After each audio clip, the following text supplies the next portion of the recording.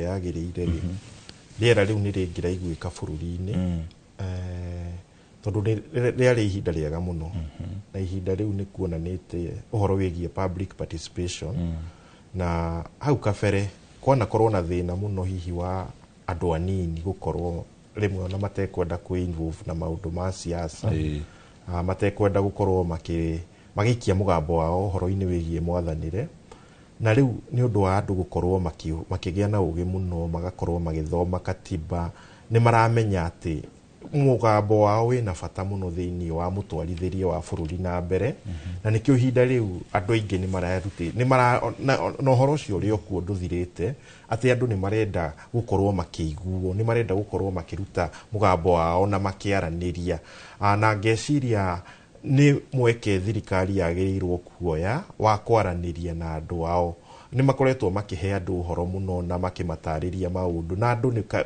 katiba ĩrĩa mereheire ya 2010 nĩ ĩramahe mweke wa gũparticipate thĩinĩ wa ũtongoria through kwaria maũndũ marĩa magĩrĩire rĩu maũndũ marĩa maigaga nĩ maũndũ mega mũno maigaga atĩrĩrĩ angĩkorwo nĩ mũtwarithĩrie witũ wa thirikari andũ arĩa tũgũkorwo tũkĩambĩka kũu nĩgetha makorwo magĩtwarithia thirikari reke tũhũthĩre system ĩtagwo meritocracy ũguo nĩ kuga atĩrĩrĩ mũndũ ũrĩa wĩna ikĩro iria ciagĩrĩire rĩ twamũthima na twamũgeria na igeri citiganĩte rĩ reke twĩkĩre mũndũ ũrĩa wagĩrĩire mau nĩmo maũndũ marĩa meragwo gũkerwo atĩrĩrĩ ũhoro wĩgiĩ thirikari rĩ kwĩna ũhoro wa wastage indo cia mũingĩ nĩ irakorwo ikĩanangwo na igakorwo itekũmenyererwo na njĩra ĩrĩa yagĩrĩire na mũingĩ nĩ ũrona ũguo mũingĩ nĩ ũkũhota kuona rĩrĩa andũ arĩa angĩ othe marakĩhinyĩrĩrĩka kĩmĩhuko matirĩ na kĩndũ gĩa gũtwarithia mũtũrĩre na mbere no arĩa twĩkĩrĩte mwathanĩre-inĩ rĩ na tũtiũĩ mabiacara marutaga tũtiũĩ iganda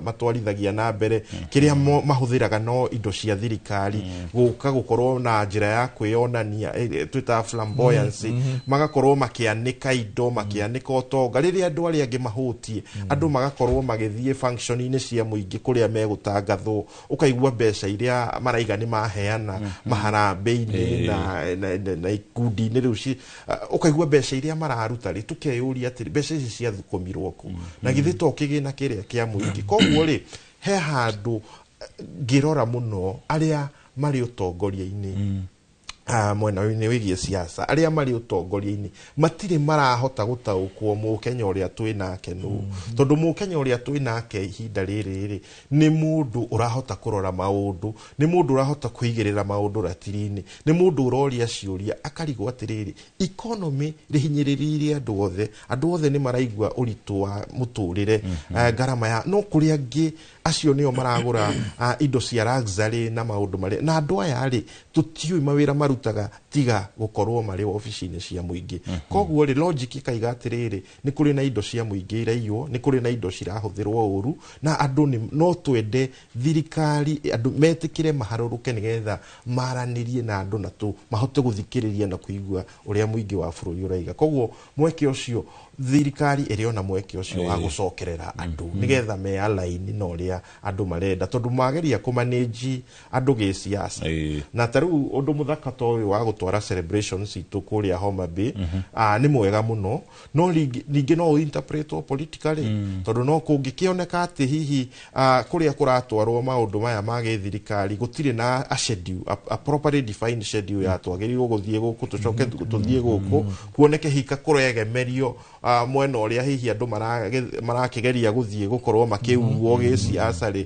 no gũkũgĩa na ciũria na Akenya mahana ũguo nĩ megũ-question maũndũ maya angĩkorwo nĩ ũgũka to the table come with clean hands nĩgetha ũnegotiate na andũ ake Bona Njoroge harĩa tũkinyĩte maũndũ maya tũrĩ na moĩ yathi ũkũngũ na nginya ũrĩa tũraria haha freely tũtegwĩtigĩra atĩ kwĩ mũndũ ũkũũrio kana kwĩ mũndũ ũkũgĩrwo foundation ĩno tũrũgamĩire kana tũikarĩire arĩa marĩ kuo mbere ya bũrũri wonete wĩyathi arĩa magĩkire hĩndĩ ĩyo angĩ magĩkua arĩa angĩ makĩonja gĩcunjĩ kĩnene kĩao hihi nĩ magĩkuire nao family ciao no iragĩthiĩ na mbere gĩcunjĩ gĩa kerĩ nĩ inyuĩ andũ a disciplined forces arĩa mũtigagĩrĩra atĩ thayũ ũrĩa tũrĩ naguo gũkũ thĩinĩ wa bũrũri wa Kenya nĩ ũndũ wa wĩra ũrĩa inyuĩ mwatigaga family cianyu mũkĩrutĩra na ngoro ĩmwe ona ti ũndũ wa mũcara toguo tũtarĩirie nĩ kwĩrutĩra na ngoro ĩmwe heroes kana njorua icirĩ both discipline forces na aria marũĩrĩire wĩyathi hĩndĩ ĩyo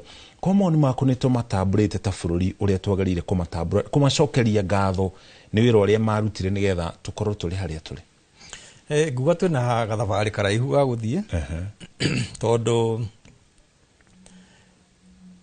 he mahĩtia manene monekete thĩinĩ wa wathani-inĩ. Mahĩtia macio nĩ atĩrĩrĩ, ta rĩu mũkami wa Kĩmathi nĩ erĩga gũkua na hĩndĩ ĩyo nĩguo andũ megũthiĩ na atũrĩte na thĩna, atũrĩte akaĩte. No rĩrĩ, na nĩkĩo njugire ũhoro wa system, na nĩkĩo kĩnathiũiga ũhoro wa mũtaratara. Kũgĩe na mũtaratara atĩrĩrĩ, andũ tũtige gwĩka ũndũ twĩtaga jeshi kustukia. Kustukia na nĩ mahĩtia. Ũngĩenda gwĩka ũndũ wega, gĩa na mũbango mwega. Nĩ twagĩrĩirwo nĩ gũkorwo na kĩndũ gĩtagwo national reconciliation. Na nĩ yarĩ kuo yetagwo TJRC. Na at this point nĩ ngoretwo ndĩ involved na horo wa TJRC. Na no is a big disappointment to this country. Ndũthiĩte wega tondũ maũndũ marĩa mothe TJRC ya recommend thirikari parliament nĩ makomeire. Guo nĩ monire ũndũ ũrĩa idea ndĩarĩ according to them ndĩarĩ njega. Nginya fund ĩrĩa yathondeketwo ya bilioni 10 tũtiĩ kũrĩa yathire. Yarĩ ya gũteithĩrĩria andũ arĩa marĩ na mathĩna. Koguo nĩ kuuga atĩrĩrĩ, andũ arĩa maũrũĩrĩire wĩyathi-rĩ, ona ũrĩ matiabangirwo ũrĩa kwarĩ kwagĩrĩire mabangwo. Na thutha ũcio-rĩ, nĩ kũrĩ andũ angĩ twagĩrĩire nĩ gũkorwo tũkĩrecognize marũĩrĩire bũrũri ũyũ, makagĩrĩrĩria tũthiĩ kwa ũtongoria mũru ta mũthuri ũrahurũkire gwĩtwo Ngugi wa Thiong'o. Na nĩ ngũtũma condolences kwĩ family ĩyo, na nĩ ngũrĩtie mũthuri mũrata wakwa wĩtagwo Ndũngi wa Gĩthukũ anjĩre harĩa ũhoro ũkinyĩte. Tondũ Ngugi wa Thiong'o-rĩ, other than kwĩrutĩra-rĩ, nĩ andĩkire mabuku, na mabuku maya andĩkaga makũrũnga bũrũri, no thirikari nĩ yonire ũguo tiguo kwagĩrĩire na makĩmũnyita makĩmũdetain akĩũra. Ora-rĩ, ĩyo ĩtagwo na Gĩthũngũ brain drain. Na nĩ mahĩtia moru mũno. Tũgĩe na national reconciliation. Ndio mũndũ wothe ũreciria wĩna kaũndũ angiuga-rĩ, oke tuge atĩrĩrĩ, hana-rĩ na hana-rĩ, reke tũthondeke. No rĩu-rĩ, nĩ ũkuona ona Michelle Mugo nĩ erĩga gũkua na akuĩrĩre bũrũri wa nja. Ũcio ti ũndũ mwega mũno. Koguo please, bũrũri wa Kenya nĩ tũnyite andũ arĩa mana tũmĩkĩra bũrũri ũyũ, makaheana services extraordinary. Kũrĩ mandagĩtarĩ matũmĩkagĩra andũ.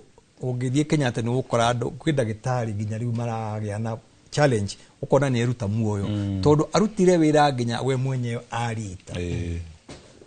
Nĩ magĩrĩirwo nĩ kũrecognize na kũgĩa na kamũbango kega. Na niĩ nĩ ngũthaitha thirikari a Kenya magĩe na mũgambo. Na nĩ nguga I dare say ũmũthĩ ũyũ a Kenya matirĩ na mũgambo. Na kwĩna maheni maingĩ, ũguo oiga atĩ twarie cararũkũ, kwĩna maheni maingĩ mũno thirikari-inĩ na nĩ mahĩtia. Kwĩna kũnyarara kũingĩ mũno kwĩ raia nĩ arĩa maratũtungata na gũtiagĩrĩirwo. Na ũguo uga tũgĩtarĩria wa gweta andũ arĩa matungatĩire bũrũri na gĩkĩro kĩnene, mandagĩtarĩ na icunjĩ ingĩ cia andũ, ta rĩu tũngĩrongoreria maũndũ marĩa makoretwo makĩhanĩka-rĩ, atongoria thirikari nĩ makoretwo magĩthiũrũrũka gũteithĩrĩria ikundi itiganĩte, ũguo nĩguo marauga, na mbeca iria ũraigua ikĩgwetwo kana igĩtigwo kũu nĩ mbeca nyingĩ, na tũtirauga ikundi ici itigateithĩrĩrio. No ũkĩrora mwena ũmwe mbeca iria iraheanwo-rĩ, hatarĩ na structures. Nĩ mũgathiĩ kũna mũgacangiria mũkamatigĩra milioni 10 kana 20 kana o iria ciatigwo, na kũrĩ na andũ angĩ justified gũkorwo magĩtia kĩrĩa magetha. Warora mwena ũngĩ ũkona ta rĩu mandagĩtarĩ nĩ magomete. Harĩ kana karakuire kaunti-inĩ ya Kiambu nĩ ũndũ wa mũgomo wa mandagĩtarĩ. Ũndũ ũcio ũtũmaga ũigua atĩa?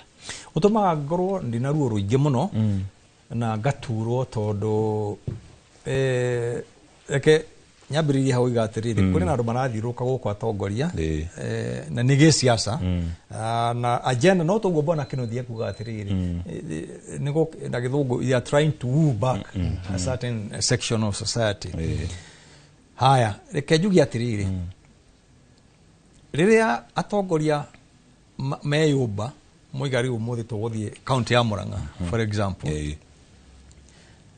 tuthi tutwarige kundi fulani mbeca cigana ona hatari na mubango oguo bana kithia kugaga mwagi atiriri twamatwarira mbeca icio ri megwika atia nacio igutane economy atia mena argument atiriri ati nitugutwarira andu anduthi mbeca cigana ona ati ni magure spare part meke atia no riri mundu ucio wa nduthi watwarira ri kwao mena murwaru wagiru no gukorwo agiteithio ni system ino ya SHA tubeca tu wa munengera tondu aingi narakinyirwo ni 1,000 ndire handu ingithie guteithia thini wa the social strife that is there tondu kwina issues nene muno itungiuga atiriri atongoria acio maratora mbeca icio ri mathi gwa county government boigi atiriri ndituoka na tuoka tondu county ino ina chari ino neno reke tumenyera tuguthondeka fund ihano na nitukumeambiria na mbeca ici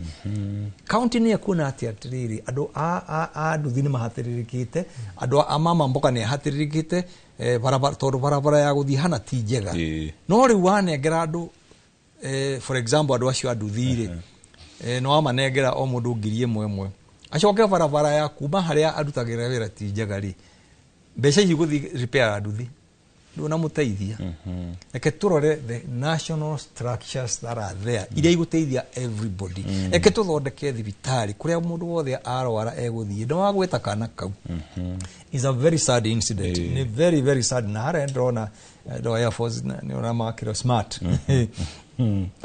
it's a very sad incident ati mwana ne gukua emoko-ini magu kawe agete uteithio tondu ambulance tondu riri ni kugiire kaundu gakuga atiriri nie tini oguo kuga atiriri kunyikinyira andu aria a thirikari ni hinya muno ona arutia wira mena thina ucio ati gukinyira munene wao ni undu muritu muno tondu for example koro munene wa andu acio thirikari na igite atiriri itari ku ambulance no tharaiswo ni ngania mwana ucio ndagia huru kugo reke tuthondeke kaundu kau tuthie atiriri to devolve to the bottom tutige kwirorera ati andu othe ri marendo kuona ngania na I can say without fear bururi wothe ri ni witikite ati ungenda kaundu gaku gathondekwo ni ngania na ni mahitia uguo tugo tuigite atiri nikio kwakite na ni bwana Kinuthia ne quality horo cio wega muno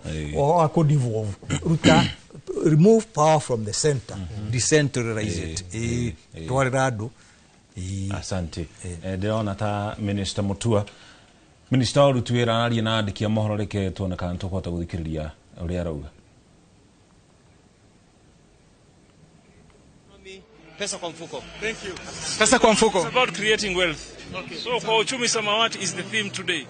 So for us, we are going to show the country and the world what blue economy entails really. Okay. Very well. Thank you. Thank you so much. And so those are cabinet secretaries of just Gimono macio kana maminista matiganete thirikari ne hindi marajia gukinya kuria kiharo-ini kia Raila Odinga Stadium kuria kaunti-ini ya Homa Bay nigetha igongona riu rikorwo rikianjiriria na ona rianjiriria thutha wa President William Ruto gukinya tugutora kuu na njira ya imwe kwa imwe nigetha tukirumirira igongona riu tukiri hamwe. Hoswell Kinuthia hari resource tukoragwo nayo thiini wa bururi wa Kenya na tariu he muthenya ndiraroraga muingi wa bururi wa Japan gicunje kiao kia andu aria akuru ni hakuhi gicunje kia 90 hari igana ithui gicunje kia hakuhi 80 ni mugaru oguo ni andu anini the youth aria mena hinya aria mena mayu aria mena mwario ni tukoragwo tukirumbuia resource ino na njira iria yagarire tondu resource ino niyo foundation ya rucio rwito ta bururi ni weka wega muno ni kumita resource tondu ni twagirirwo tumenyite na njira iyo ati tukiaria uhoro wa indo iria ingi ni kuri minerals ni kuri ki bururi uyu utongo uria thaici twinaguo ni mbeu njithi ni andu a bururi wa Kenya na ni kuri njira itiganite tungika nigetha riu utongo ucio tuhote kugetha wa mbere ni kumahe empowerment iria yagiriire nigetha mahote gukorwo na skills mahote gukorwo maki develop ki muturire mahote gukorwo makiruta mawira na nigetha andu aya twakorwo turi nao tuthondekete mitaratara iria yagiriire ni tondu noiga Japan na kuria kungi andu ni marathi uguo ru makaga human resource na makaga human capital koguo maga human capital na maga andu akuruta wira ri ni kuga atiriri mawira na iganda na indo iria ingi ciagiriirwo gukorwo riu cigicoka guku kuri na andu akuruta wira cifuate kuria riba iri makorwo magiuka guku Africa ma set up iganda ciao na maundu maria mangi nigetha andu aitu mahote kuruta wira na ngeciria policy ya thirikari hau ndirathie wega tondu handu ha kurehe iganda guku turutire wira guku turenda ningi tuwe our human resource tukama treat ta matwikire murigo kuri ithui na kuri bururi tumatware na nja ndekira hanini ndirona mutongoria wa ringi akianaria na andiki a mohoro katuthikiria ndumiriri yake. Crowds here were here as early as 9:30 p.m. yesterday. I think if you look at the passion here, it tells you that Kenyans are very eager to be united. Kenyans have no divisions amongst themselves. It is indeed us political leaders who divide Kenyans. Kenyans desire to live together in unity. What is the key highlight to expect from the president's speech today? I am waiting to hear. Leader of Majority National Assembly, but we also have the minority, Junet Mohammed and Emmanuel To. You had a question for the minority leader, National Assembly. Before the minority leader, majority leader, this 2-term, 1-term, where are you? One more term, 2-term. 2-term, low term. One more term, 2-term. Mheshimiwa minority leader. Yes. 2-term, 1-term. No, I am one Kenya. There are three groups here. There is no term, 1-term, quarter term. There are people who serve quarter term. You know them. They are making noise outside there. I am one Kenya. I want Kenyans to be united. I want Kenyans to be one. And the unity of Kenya has been manifested very well in these celebrations. You can see the way people are happy. And the idea of rotating these national functions was the best idea that has ever come up, because it gives ownership in all fronts. It gives ownership to all Kenyans. And you can see Kenyans are tired of division. Kenyans are tired of ethnicity. Kenyans are tired of being confined into their ethnic cocoons. Kenyans want to be together and to be one country. Okay, and we're talking about the broad-based government here. Have you gotten the fair share of that? Because I've seen so much development in this region, especially after this event was brought here. No, every... mutongoria wa aria nini ngata ari hamwe na mutongoria wa aria ingi kuri bunge-ini ya bururi makiaria na andiki aitu a mohoro kuria mwena wa Homa Bay. Bwana Kinuthia ugutaragiria resource iria twinayo ya andu ethi no ria rimwe tutakoragwo tukimarumbuye na njira iria yagiriire.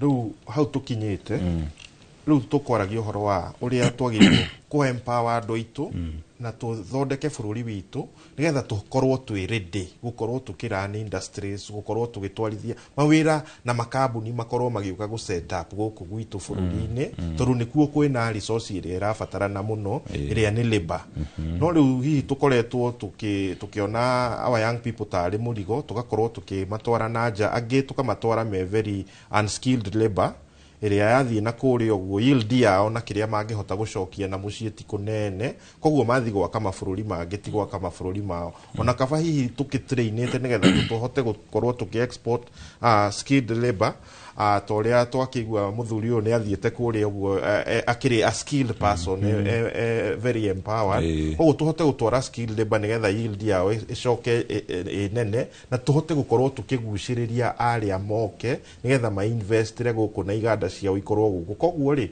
our young people matire kuhanite ta gutwikite kwi at war ta me at war na thirikari yao noguo tiguo kwagiriire thirikari ni mathikiririe ni ikare thi ni thikiririe mawoni mao nigetha tondu andu aya nio marenda bururi uyu kuri andu aya nio megutura bururi uyu mahinda maria manene ona gukira aria kurakuru koguo ri it is in the interest of government itige gukorwo ya at war na young people tiga ku gag freedom ciao tondu ni maraiga ni megwikira controls thini wa social media na mathikiririe marenda kuga atia na makorwo makiheo the right message, makorwo makiheo the right hope, the right empowerment, na makorwo na hope. Young people matiri na interest cia ku destroy bururi wao. Interest ciao ni kugacirithia bururi wao. Tathikiriria miario ria mararia horo wa competency, marahota ku articulate issues, mararia horo wa let us look at the factors of production, let us reduce wastage, let us put the right people in office. Koguo ri maundu macio ni kugie na harmony gatagati-ini. Ni kurari no horo wa apology ira iraheanirwo iraheanitwo thiini wa mucemanio wa mahoya. Na ndiwe niki tondu no wega tukiaririria horo wa celebration citu ria si structured tondu ngwiciria agekorwo twi na mucemanio wa mahoya hihi atongoria itu akindini nio makiagirwo gukorwo me climax haria na makorwo magitongoria nginya ya itu loko no riu ningi ukona tari a political function. Na no njuge atiriri apology yo ri ingituika more sincere ingirumirira action angikorwo ni turaiga ati thirikari ni yahitirie ni ku abduct ciana, aikorwo ni turaiga ati thirikari ni yahitirie ni ciana gukorwo cikihuthirirwo hinya kupita kiasi. The right thing after the apology is to make amend. To make amend ni kuga atiriri tungigitiriria undu tocio ndukanonekane hindi ingi atia tungi aria matuikire victim ri how can we compensate them for whatever happened. Aria mari ona mashira megie maundu macio ri mashira mau magirirwo kurithinkwo nigetha gukorwo reconciliation ino na apology ino ikioneka sincere. Ono muthi ni ndirakihope president no eguthii na mbere na kwaria horo wa apology yo na kwaria horo uria thirikari igukiambika mitaratara ya guikorwo ikinyitithania the young people nigetha ona uri aikorwo turaria horo wa kunyitithania bururi wothe ri tunyitithanie segment ciothe cia bururi. Asante sana. Bwana Njoroge Muigai ni nguonete mbuto cia ugitiri cibangite kuria wega na njui ni megukorwo na ihinda ria guthoitha na turona magikirekerania kuria thutha.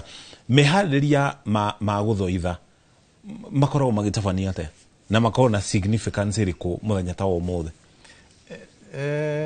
Thank you bwana Mushoki. Koragwo display ya ukionania skills iria makinacio na also na resilience tondu resilience ndio itagwatana ikuyu tondu dikato kwita umiriru tondu mundu uyu ni kurugama kuma ria tukire haha nginya riria president mathaa 3-5 and I'm sure inyui ha na bona kinothia ucio mutingehota ucio ukaga through training na wabagithio kuria Armed Forces Training College kuria andu magithiana ni kahinda karaihu andu magitrain naguo kwe maundu maingi no magitrain naguo no riu kiria woria ni atiri meharagiria atia ni kindu gitagwo practice na practice iyo ri ikoragwo yumite kuria training ini oko ni ikinyari tariguria we street no na mundu koigatirira mundu ni muthigari oigo gotondu riri ndu wa posture area nayo na mukinyukiria rakinyukiria koguo mari aingiri me ukinyukia the same tondu ni kaundu koimite same source matrainito same source how to walk koguo na magaicoka rigukagia na kindu gitagwo drill na in most places ne kukoragwo na drill sergeant nation ne kuria na America no na drill sergeant mundu ukoragwo itikiritwo muno ucio ni mundu ra oi muno horo wa guthima makinya na horo wa kubanga andu na horo wa drill ne muigua command ira ciekagwo andu aingi maiga hiye ni gushauti kora shautu ikoragwo ni cigo cia githungu igakoraptwo na ni undu wa gukorwo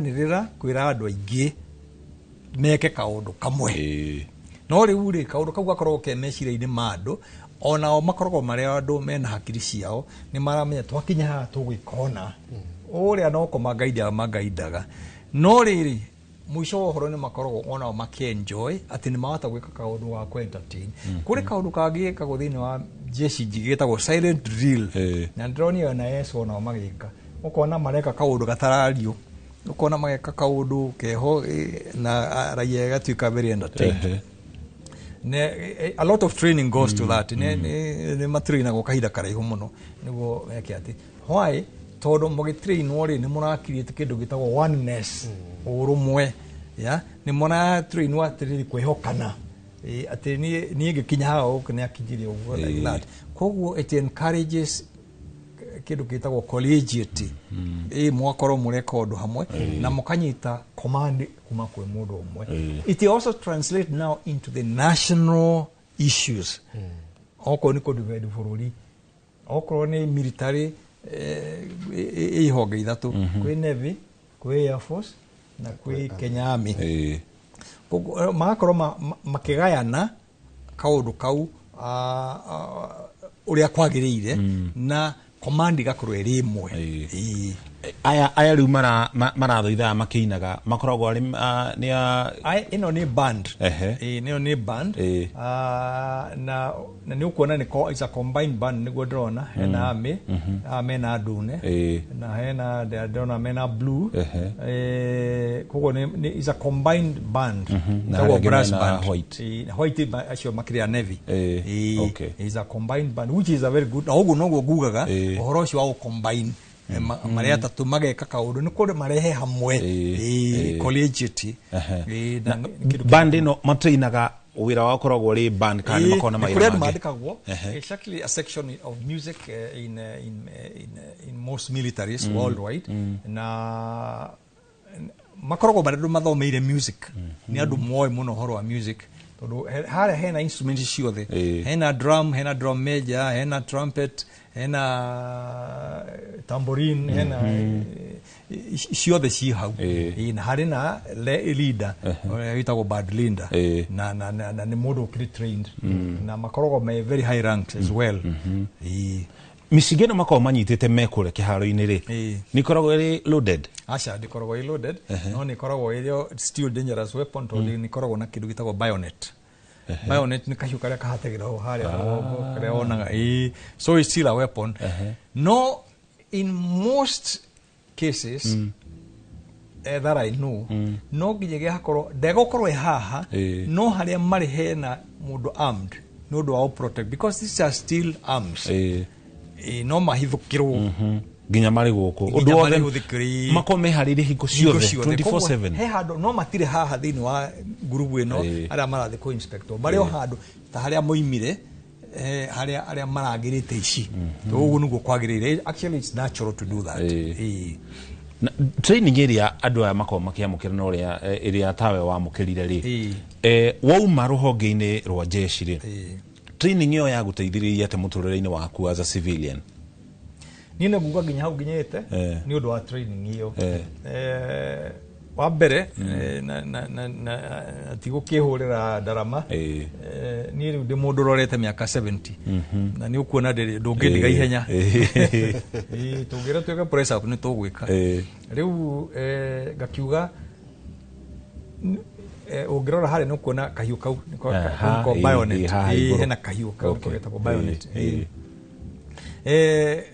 riu tondu uhoro ucio wa gukorwo ukimind your own health ni very very important na umaga thini wa training iyo koguo that is one benefit. The other benefit ni wikire wa maundu kugia na mubango na kihariro andu aingi ni ucio ona ni uga ati ucio atherete ta mujeshi na alafu gwakorwo na discipline ya gwika maundu maku tondu ni go transfer that training into the civilian life koguo ni kindu kia bata muno na ni he handu hangindira kirindiro igando ciana ici citu encourage muno cigere discipline forces cigere jeshi tondu tungirona makoro no kugia na program ga kuma train ri no hotote ugi if you go back a few years kwedi andu othe mathiaga utanathi university kathi NYS group iri ni arathana na ni kuona ni marageria muno guthondeka hetu no group iri ari hau mbere katere ni no juge without fear ni ethukitie maundu no group iyo ina discipline ri hari undu matangika ni makorogwo ma planted o mundu ukona ai haha ari diagiri ngwika uguo koguo andu othe kono mahate guthie through that military training ni kindu kia bata muno because other countries Israel even in the US on a Britain no nginyagia ukorwo itukiire usavu bururi waku na iteithagia muno iteithagia muno maisha-ini ma mundu. Asante sana, thank you muno. Ndona Atogori matiganite no marathi na mbere na gwikinyia kuria ni ndirona governor wa county ya Homa Bay nake ni ekinyia giikaro-ini kiugo ni kuonania ungiona mbutu ici cia ugitiri kana cia KDF cianjiriirie gukorwo makibanga ni gukionania munene wao kana CEC Commander in Chief ndakiri haraihu kuma gukorwo gikinya giikaro-ini gikire katugutware kuna njira imo ko mututhikiririe uria mutataro ucio wa guthoitha urathi na mbere tugicudagiriria tuone atongoria ari angi megukora magikinya giikaro-ini giki mwena wa Homa Bay.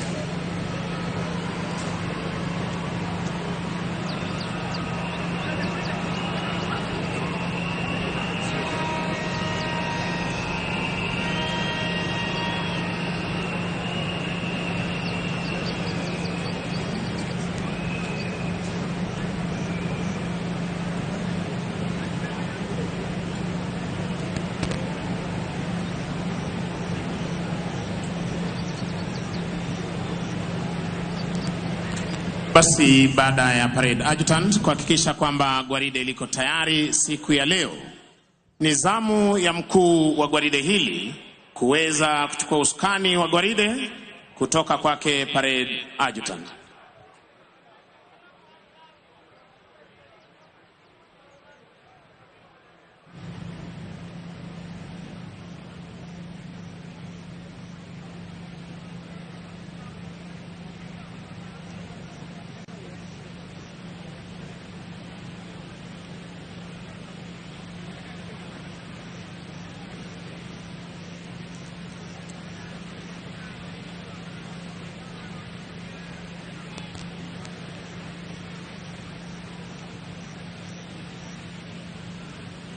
Naye baada ya kumkabidhi anaondoka kwa muda mfupi sana aliyoweza pewa ili akaweze kuchukua nafasi yake rasmi ndani ya gwaride hili.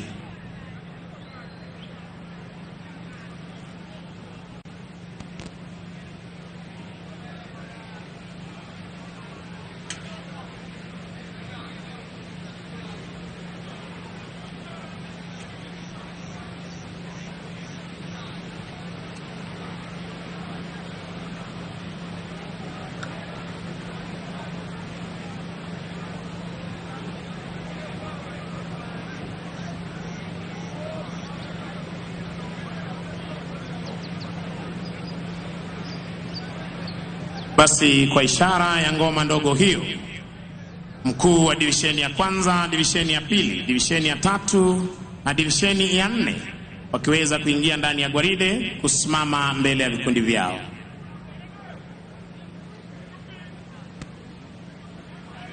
Sharti pia nao kuweza kuwekwa sawa.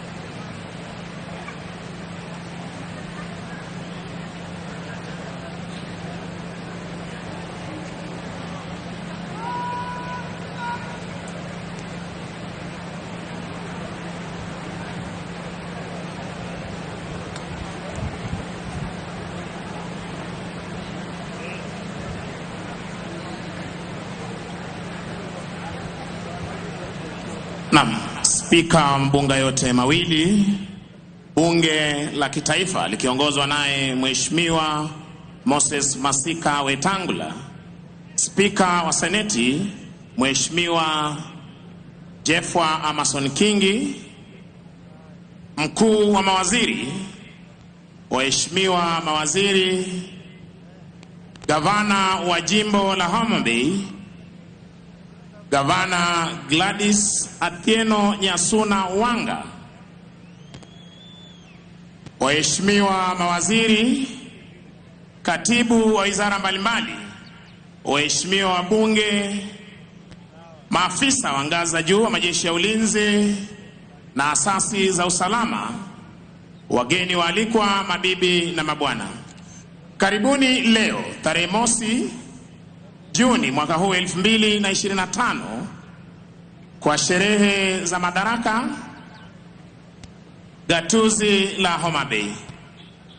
Wema uwanjani ni gwaride la heshima lililoandaliwa na majeshi ya ulinzi ya Kenya.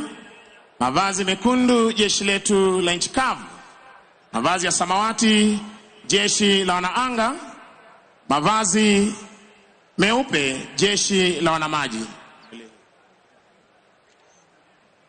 Mkuu wa gwaride hili ni Luteni Kanali Daniel Mwange Msau.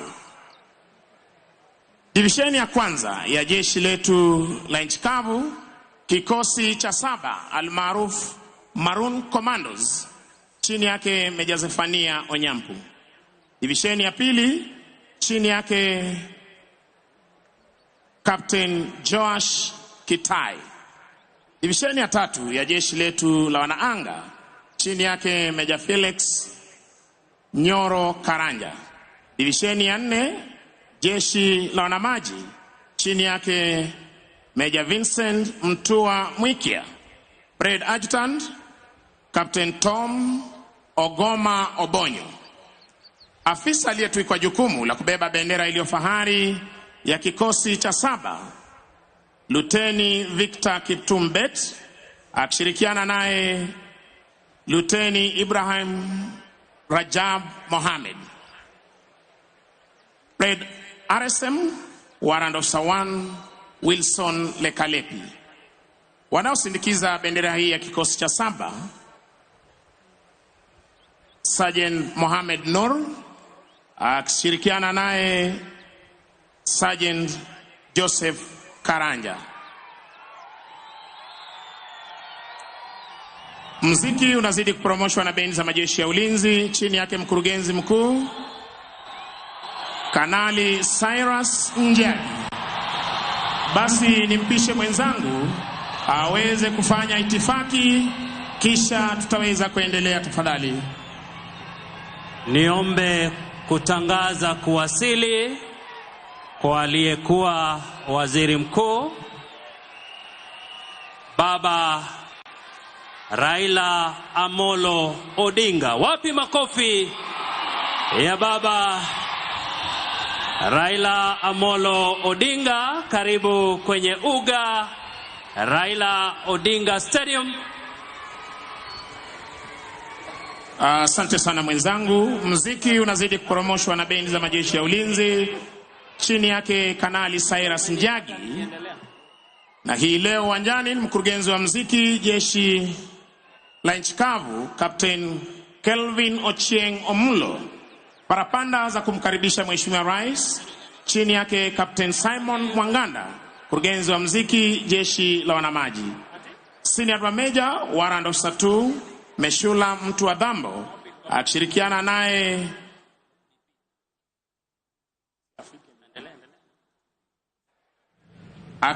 naye Senior Sergeant Patrick Mutisia, pamoja na Senior Sergeant Simon Masinde, Sergeant Van Basweti na Sergeant Moses Lemashon wa jeshi la wanamaji.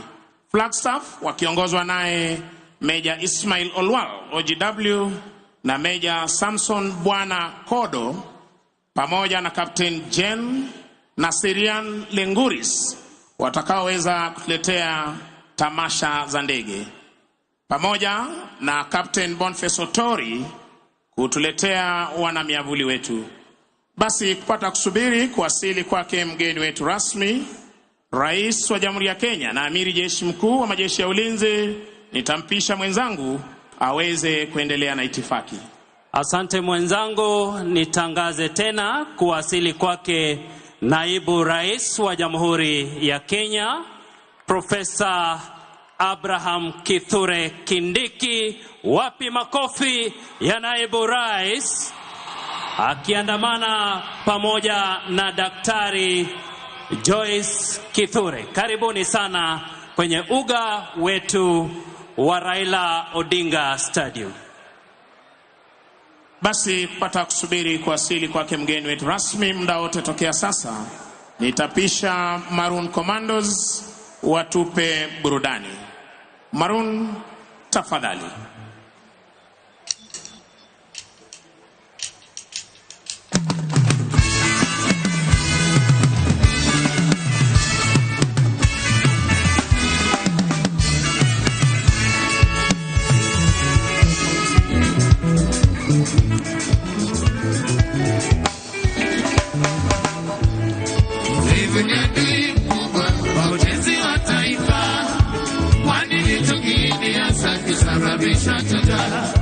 Ewe ndugu yangu, amka kumekucha, kama tajembe na panga, twende shamba.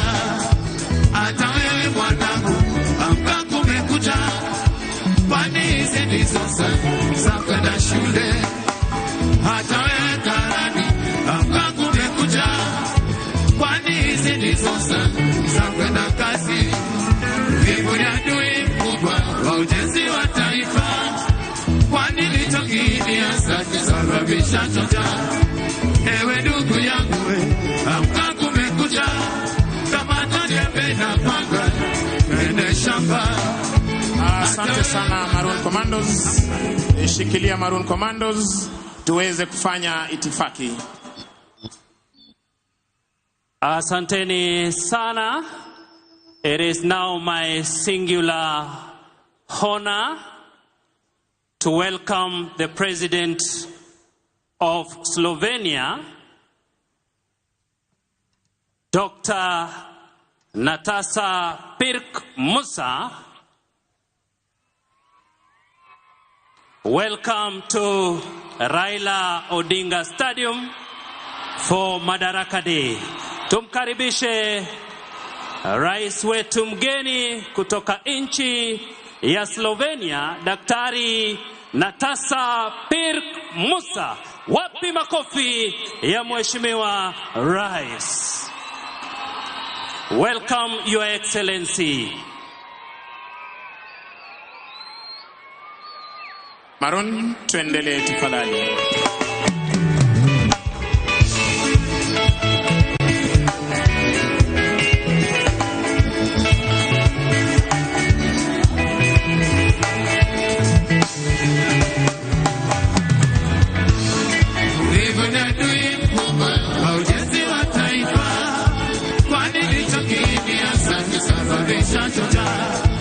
Ewe ndugu yangu, amka kumekucha, kama tajembe na panga, twende shamba.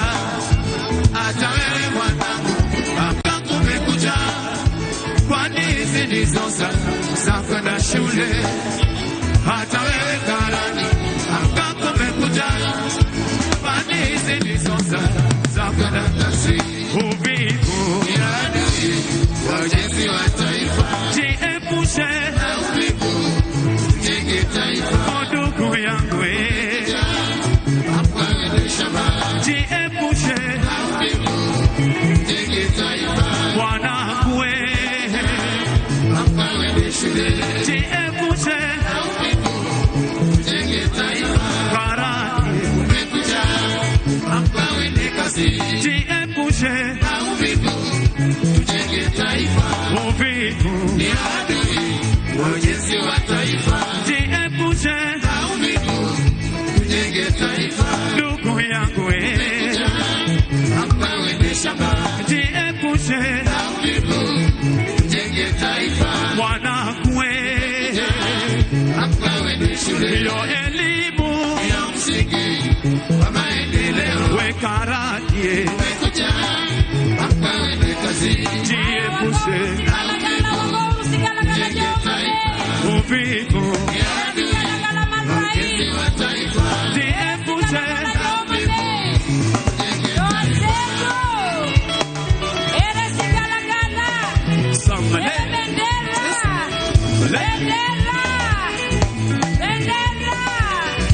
Haya, Nyipino adwana no bandera. Adwana no bandera go.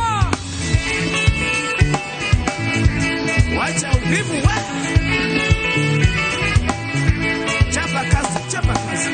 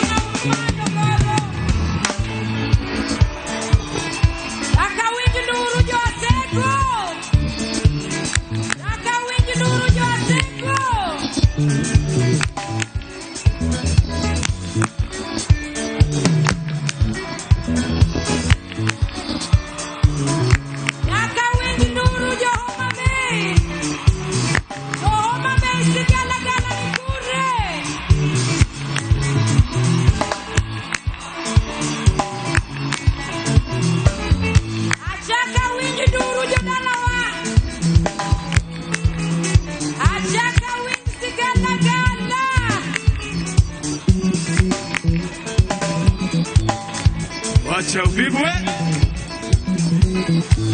Asante sana Maroon Commandos, thank you.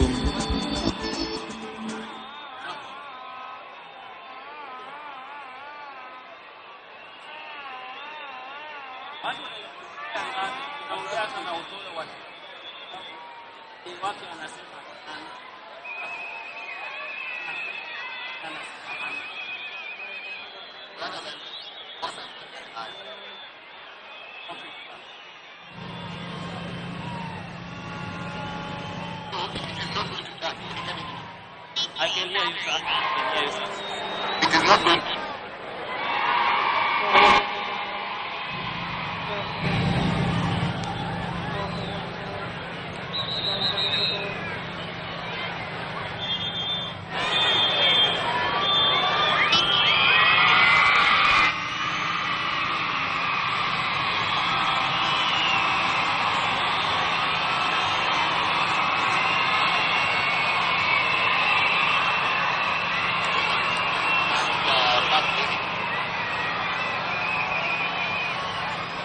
Niombe kutangaza kufika kwake mama wa taifa, Mama Rachel Ruto. Karibu kwenye uga Raila Odinga Stadium tunapojitayarisha kwa sherehe za madaraka. Basi wakati wote tokea sasa atajiunga nasi Rais wa Jamhuri ya Kenya na Amiri Jeshi Mkuu wa majeshi yote ya ulinzi ya Kenya, Mheshimiwa Daktari William Kipchirchir Samoei Ruto.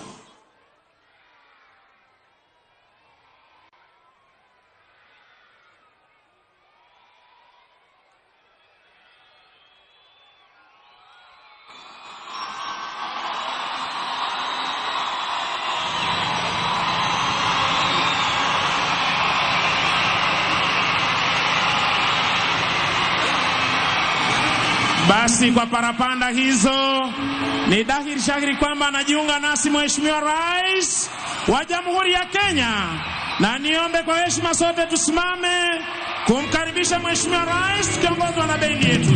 Mboni. Haya, wapi makofi Homa Bay. Karibu Mheshimiwa Rais William Ruto. Peperusha mikono wananchi. Bendera, bendera, bendera. Moja, pili. Karibu Mheshimiwa Rais Homa Bay, utuongoze kwa sherehe za madaraka. Moja, karibu.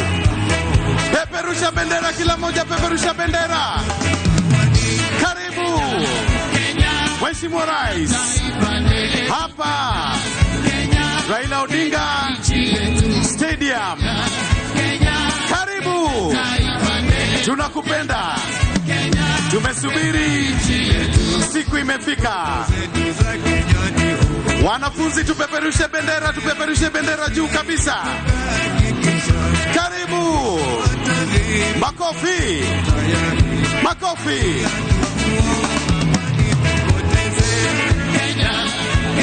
Haya, bendera zipepe kabisa. Karibu Mheshimiwa Rais. Hapa Homa Bay. Utuongoze kwa sherehe za madaraka. Wapi vigelegele? RS6 vigelegele kabisa kwa Mheshimiwa Rais.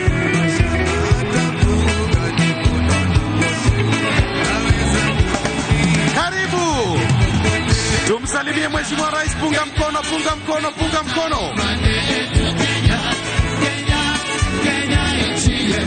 Karibu. Moja, mbili. Karibu. Tumsalimie Mheshimiwa Rais, punga mkono kwake, peperusha bendera kila moja. Karibu Mheshimiwa Rais kwa sherehe ya leo. Kauli mbiu, maji yetu, thamani yetu. Karibu. Haya, tupeperushe mkono kabisa. RS4. Karibu. Moja, mbili. Karibu Mheshimiwa Rais. Homa Bay, Raila Odinga Stadium. Utuongoze kwa sherehe ya 62 ya madaraka. Karibu. Karibu. Wapi makofi na vigelegele kwa Mheshimiwa Rais, wananchi? Karibu. Karibu. Rais wetu, tunakupenda sana.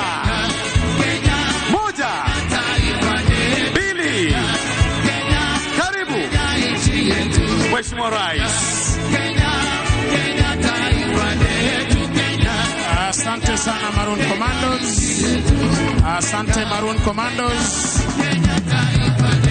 Asante Maroon Commandos.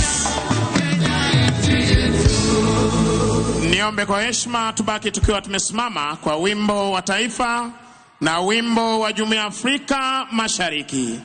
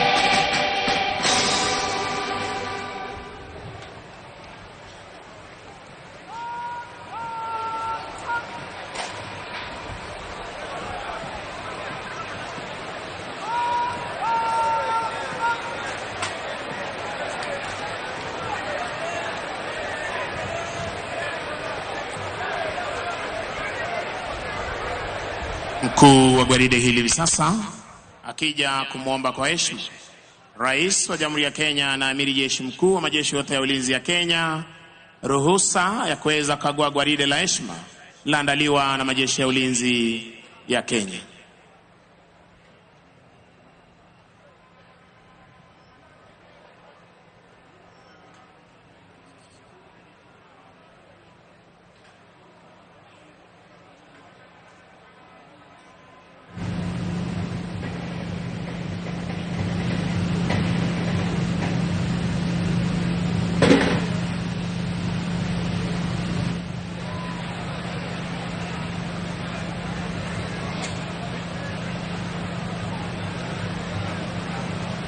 Asanteni kwa heshima, tunaweza keti tafadhali. Anayemsindikiza Rais wa Jamhuri ya Kenya ni Mkuu wa majeshi ya ulinzi ya Kenya, Jenerali Charles Mweu Kahariri.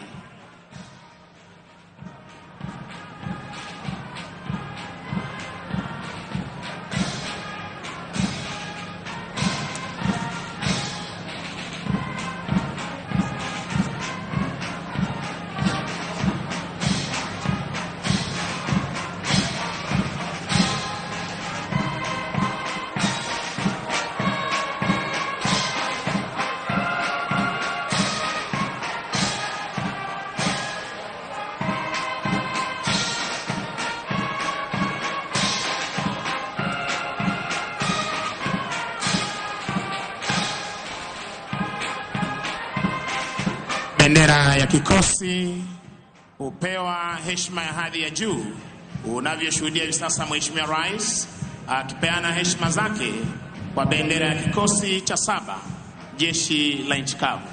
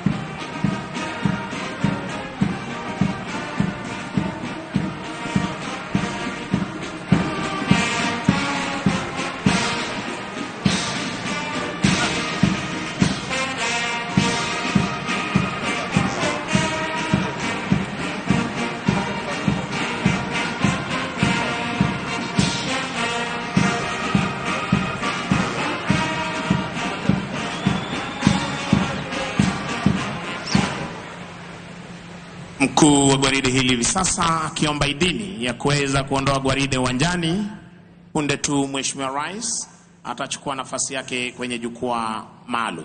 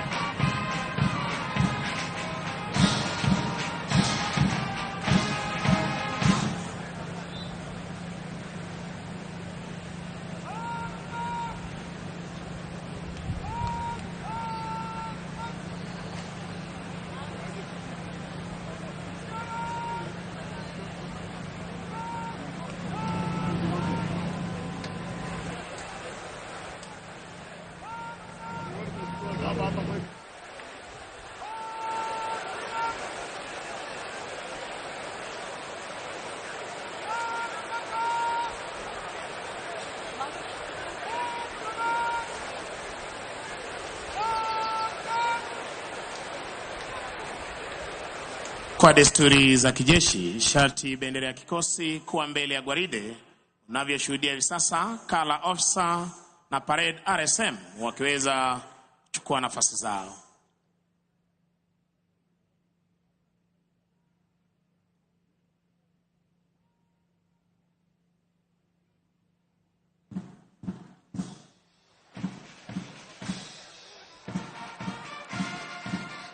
Mheshimiwa Rais, kwa amri hiyo, wanajeshi hawa baada ya kuandaa gwaride la kufana siku ya leo, gatuzi hili la Homa Bay, wanaondoka hapa uwanjani kupata kujiunga na wenzao kuzidi kudumisha ulinzi wa taifa letu la Kenya, kuhakikisha kwamba mipaka, anga na fuo za bahari zetu ziko salama masaa 24.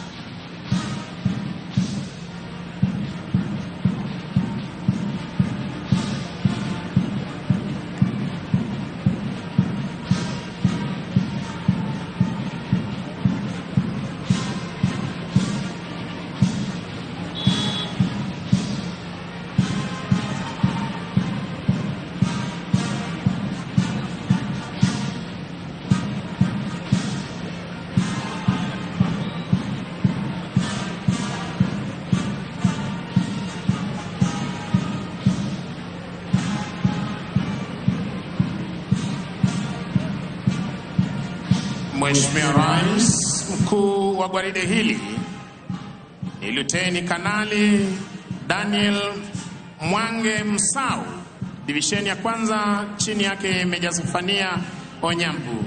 Afisa aliyetwikwa jukumu la kubeba bendera ya kikosi cha 7, Luteni Victor Kiptum Bet. Divisheni ya pili, jeshi letu la nchi kavu, chini yake Captain Josh Kitai, wakiwa katika mavazi yao rasmi ya sherehe. Divisheni ya 3, Mheshimiwa Rais, jeshi la wanaanga, chini yake Meja Felix Nyoro Karanja, wakiwa katika mavazi yao rasmi ya sherehe. Divisheni ya 4, jeshi la wanamaji, chini yake Meja Vincent Mtua Mwikia, wakiwa katika mavazi yao rasmi ya sherehe. Parade Adjutant Captain Tom Ogoma Obonyo, mwekalama jeshi la nchi kavu.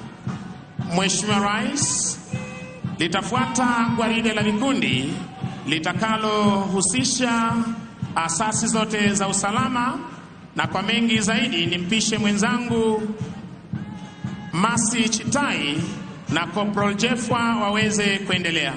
Mheshimiwa Rais, linafuata hivi sasa ni gwaride la vikundi likiongozwa na jeshi letu la nchi kavu, kikosi cha 20 cha wanamiavuli wetu A Company, wakiwa wamebeba miavuli yao, wakiwa chini yake Meja Victor Machanule. Company CSM, afisa mtolezaji la pili Jackson Muse Simboi. Kikundi cha kwanza chini yake Luteni Dennis Kimeli CTNA, wakiwa wamebeba miavuli yao. Kikundi cha pili chini yake Luteni Lee Mbabu, wakiwa wamebeba miavuli yao. Tatu chini yake Luteni Esekon Elimlim.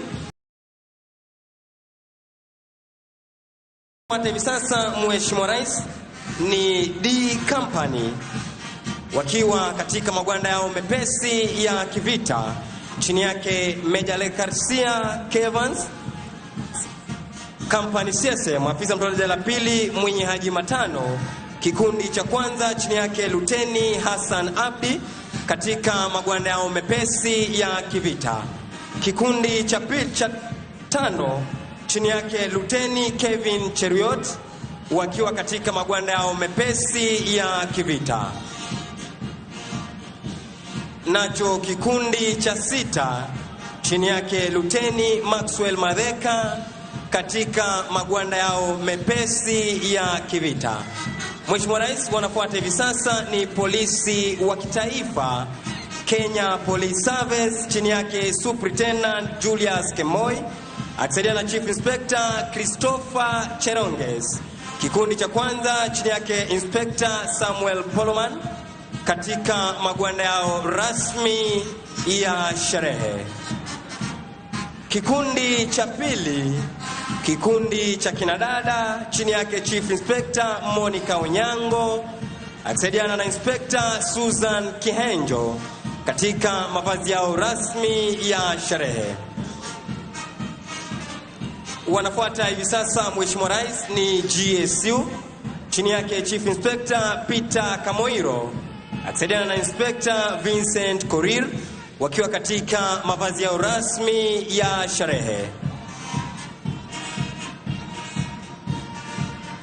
Wanafuata hivi sasa ni GSU katika mavazi yao mazito ya kikazi chini yake Inspector Samuel Birigan.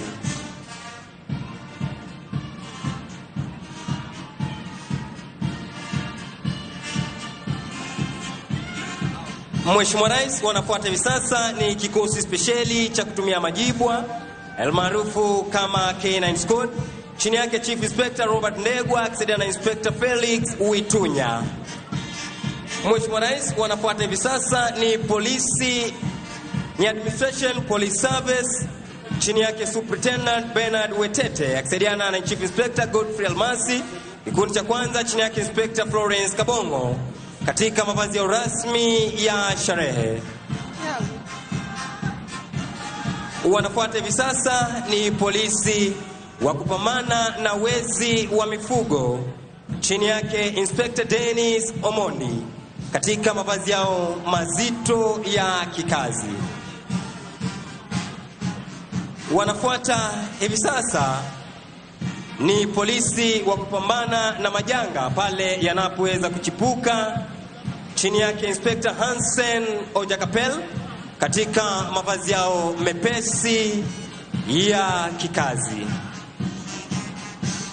Wanafuata hivi sasa Mheshimiwa Rais ni polisi wa kuchunga mipaka yetu chini yake Inspector Kevin Walukana Njani katika mavazi yao mazito ya kikazi.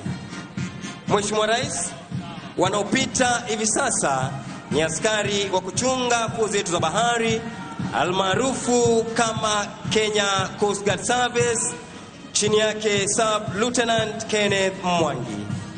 Mheshimiwa Rais, kikosi kifuatacho ni cha askari wa kulinda magereza yetu chini yake Superintendent Francis Odongo atikiana naye Chief Inspector Nicholas Ojal. Kikundi cha kwanza chini yake Inspector Christopher Awiti wakiwa kwa mavazi ya rasmi ya sherehe. Kikundi cha pili, kikundi cha kinadada chini yake Chief Inspector Florence Nyanchama akishirikiana naye Inspector Rose Longit wakiwa kwa mavazi ya rasmi ya sherehe. Wafuatao ni askari wa kupambana na ghasia magerezani chini yake Inspector Eric Omolo. Mheshimiwa Rais, wafuatao hivi sasa ni askari wa kulinda mbuga zetu za wanyama chini yake Warden 2 Anthony Otieno akishirikiana naye Assistant Warden 1 Jennifer Putunoi wakiwa kwa mavazi yao mepesi ya kikazi.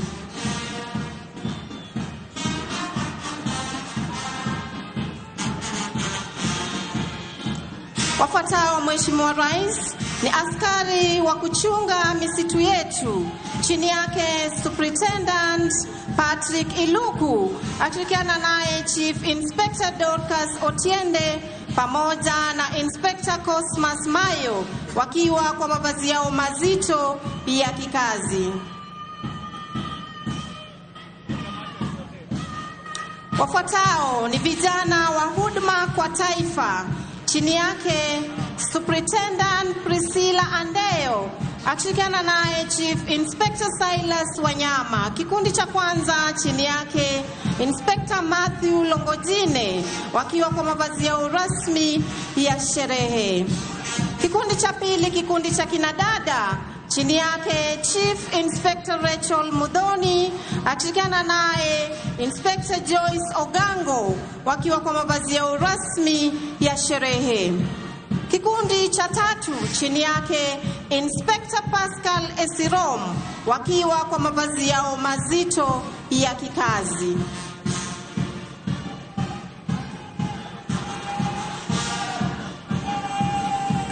Kikundi cha nne, kikundi cha kinadada, chini yake Inspector Masi Mude wakiwa kwa mavazi yao mazito ya kikazi. Mheshimiwa Rais, kwa kutufungia gwaride hili la vikundi ni askari wa gatuzi la Homa Bay. Kikundi cha kwanza chini yake Superintendent Nasser Ooko akishirikiana naye Inspector David Olum wakiwa kwa mavazi yao rasmi ya sherehe. Kikundi cha pili, kikundi cha kinadada, chini yake Assistant Superintendent Lohama Juma akishirikiana naye Inspector Evelyn Omulo wakiwa kwa mavazi yao rasmi ya sherehe. Tuwasindikize askari hawa wa gatuzi la Homa Bay kwa makofi tafadhali kwa kazi nzuri wanayoifanya. Mheshimiwa Rais, ni zamu ya bendi za majeshi ya ulinzi hivi sasa kuweza kuondoka uwanjani. Chini yake mkurugenzi wa muziki Captain Kelvin Ochieng Omulo, Senior Drum Major Warrant Officer 2 Meshula Mtuadambo akishirikiana naye Senior Sergeant Simon Masinde, Sergeant Vine Basweti na Sergeant Moses Lemashon wa jeshi letu la wanamaji.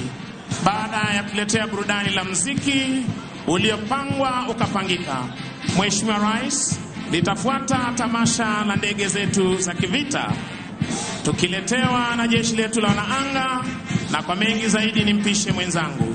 Basi Mheshimiwa Rais, linafuata sasa ni tamasha la ndege za majeshi ya ulinzi.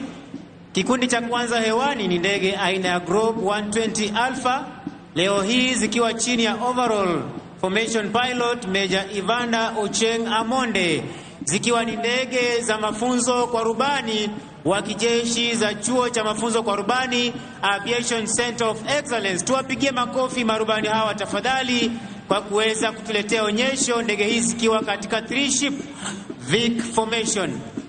Sasa ndege zitakazofuata Mheshimiwa Rais ni zamu ya ndege zetu za kivita, ndege aina ya Tiger A5, ndege ambazo zina uwezo wa kupaa kwa kasi zaidi ya kasi ya leo. Sababu kuu leo hii ni kutuonyesha maonyesho angani. Tunaweza shuhudia ndege hizi Mheshimiwa Rais, 6 ship Vic formation. Tuwape makofi marubani wetu wa ndege za kivita leo hii zikiwa chini ya lead pilot Major Alois Kemboi. Mheshimiwa Rais, marubani hawa wakiweza kuachana moja baada ya mwingine ili waweze kutuletea maonyesho ya moja kwa moja hapa angani, wao kutuonyesha jinsi wao kukabiliana na adui angani, ardhini na kwenye fuo za bahari. Onyesho la kwanza Mheshimiwa Rais, rubani atatuletea onyesho lijulikanalo kwa kimombo kama roll of top, onyesho ambalo rubani atapaa kwa kasi kisha kuinua ndege kupaa ikiwa wima. Inapofika upeo wa kubaa, basi itaweza kulaswa chali na kurudi mahali ambapo imetoka. Onyesho la pili, 4-point roll, onyesho ambalo litatufungulia maonyesho yetu rasmi siku ya leo. Rubani wetu akiweza kujiweka tayari kabisa kuweza kugeuza ndege mara 4, digrii 90 kila mara, kisha anapokamilisha digrii 360 basi kurejesha ndege wima. Tushuhudie angani anapopaa kwa kasi mara ya kwanza, ya pili, ya tatu, ya 4 na kurejesha ndege wima. Onyesho la pili, roll of top, rubani kupaa kwa kasi kama tunavyoshuhudia hivi sasa, kisha kuinua pua la ndege kama tunavyoshuhudia, kupaa juu kabisa ndege ikiwa wima, kulaza ndege chali katika upeo wa kupaa na kurudi mahali ambapo ametoka. Tumpe makofi tafadhali. Aileron roll, rubani kupanda ndege kwa kasi, kuinua pua la ndege na kutupa mizunguko ya kushoto kwa haraka pasipo kubadili mkondo wa ndege. Onyesho la tatu, Mheshimiwa Rais, roll of top, rubani kupaa kwa kasi kama tunavyoshuhudia hivi sasa, kuweza kuinua pua la ndege kwa umaridadi kabisa, kufika upeo wa kupaa na kurudi mahali ambapo imetoka. Vertical roll, rubani kupaa juu kabisa huku akitupa pia mizunguko ya kushoto kwa haraka pasipo kubadili mkondo wa ndege. Basi Mheshimiwa Rais, kutufungia maonyesho ya ndege zetu za kivita, rubani huyu atatuletea onyesho lijulikanalo kama high speed pass, onyesho ambalo atapaa kwa kasi zaidi ya kasi ya sauti, ikiwa ndio sababu kuu ya ndege hii kuacha sauti yake mbali. Wengi husikia sauti lakini ndege huwa hawezi kuiona.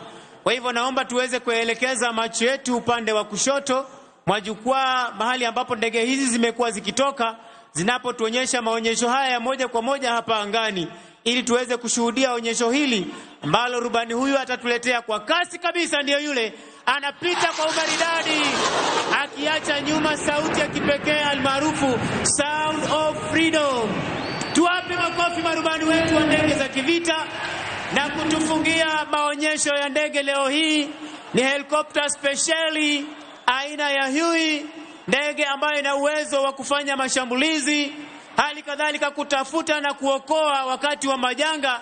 Leo hii ikiwa inabeba ujumbe speciali kwa Rais wa Jamhuri ya Kenya na Jamhuri ya Kenya kwa ujumla, ujumbe unaosomwa Happy Madaraka 2025. Tuwape makofi marubani wetu kwa kazi nzuri wanayofanya kuhakikisha ya kwamba taifa letu liko salama masaa 24.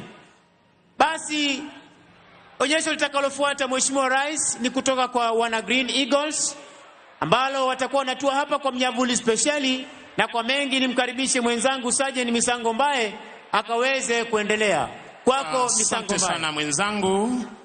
Mheshimiwa Rais, angani hivi sasa upande wangu wa kulia ni ndege aina ya Skytrack ambayo imebeba wana miavuli wa jeshi letu la Kenya, ambao wataweza kutua mahali hapa kutuonyesha maruko ama ukipenda free fall jumps kwa lugha ya Kimombo.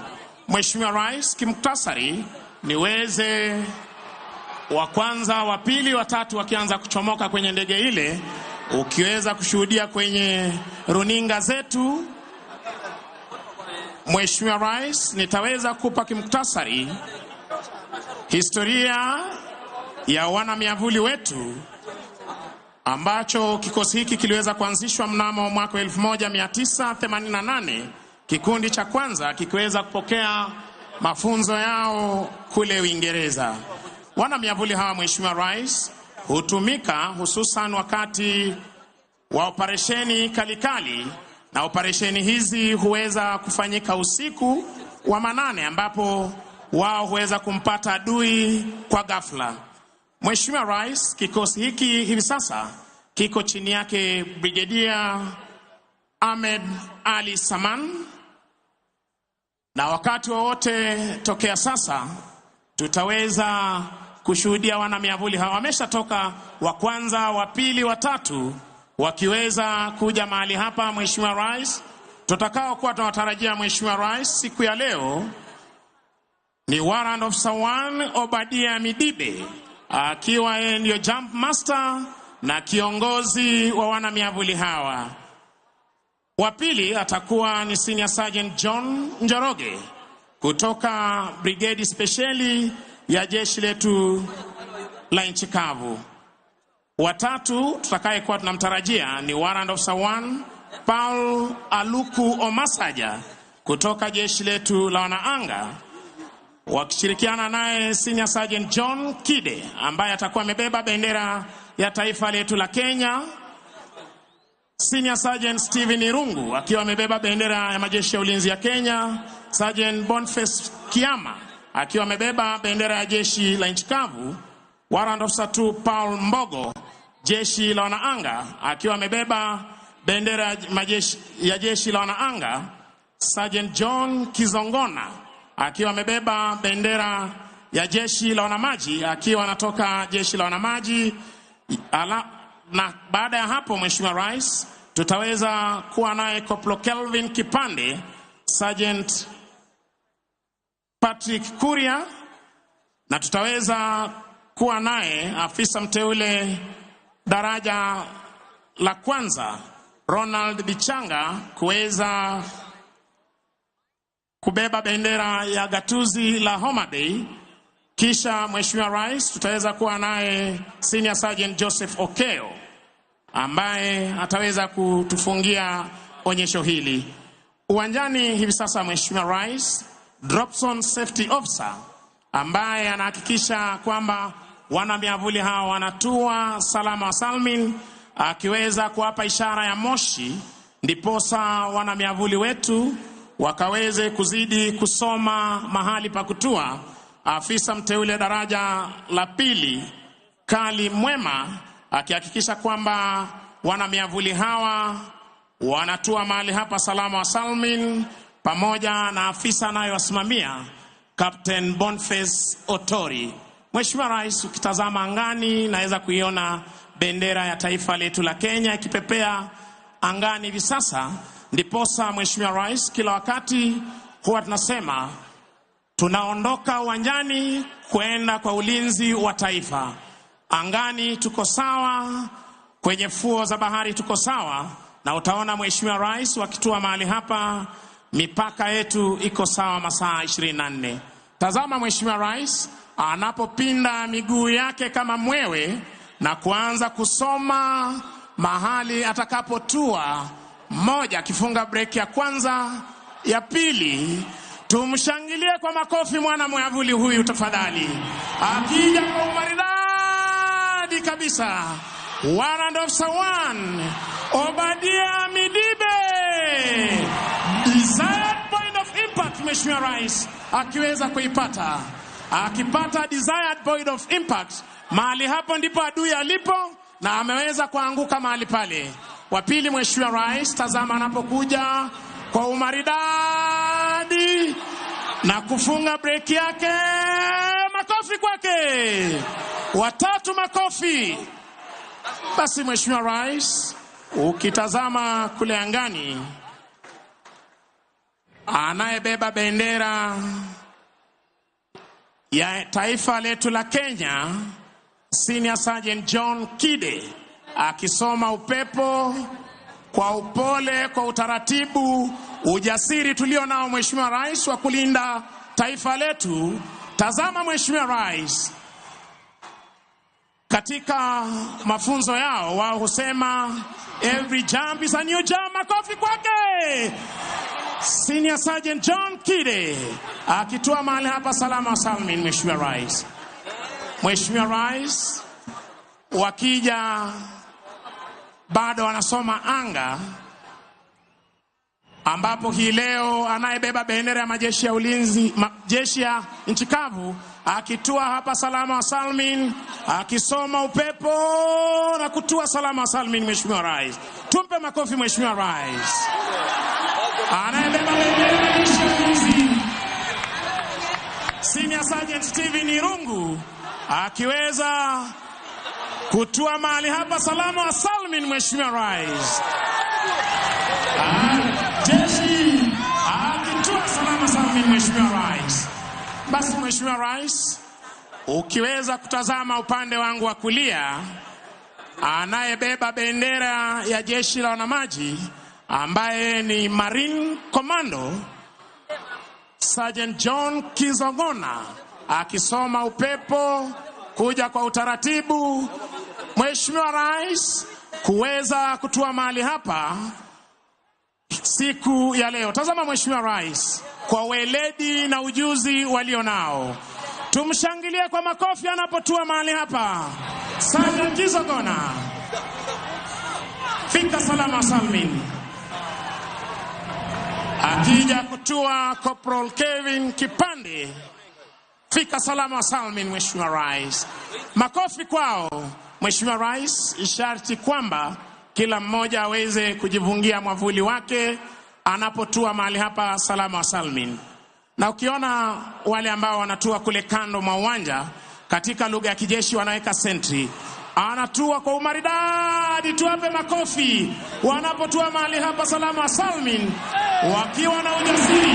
Mheshimiwa Rais wa mwisho, Warrant Officer 1 Ronald Bichanga na bendera ya gatuzi la Homa Bay. Tunashangilia kwa makofi Mheshimiwa Rais. Asante sana Mheshimiwa Rais. Niombe kwa heshima uweze kuketi tunapoweza kuhitimisha vipindi vyetu vya kijeshi kwa ujumla. Wananchi wa Homa Bay, tuwape makofi wana miavuli wetu.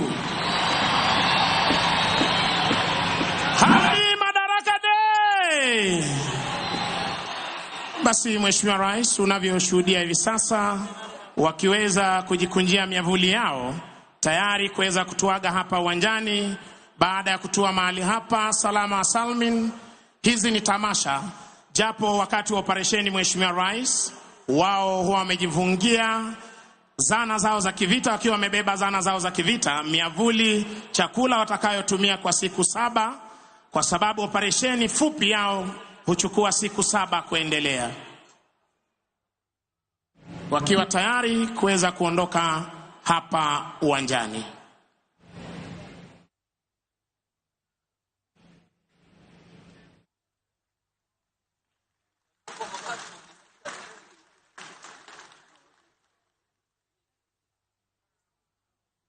Kauli mbiu ya chuo cha mafunzo yao ikiwa knowledge dispels fear.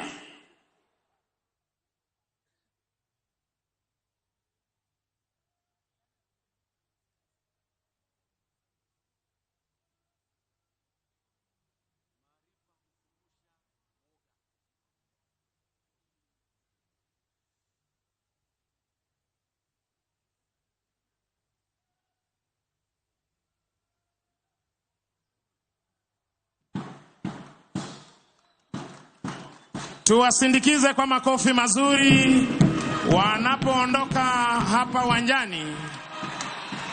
Maarifa hufurusha uoga, ikiwa ni kauli mbiu yao.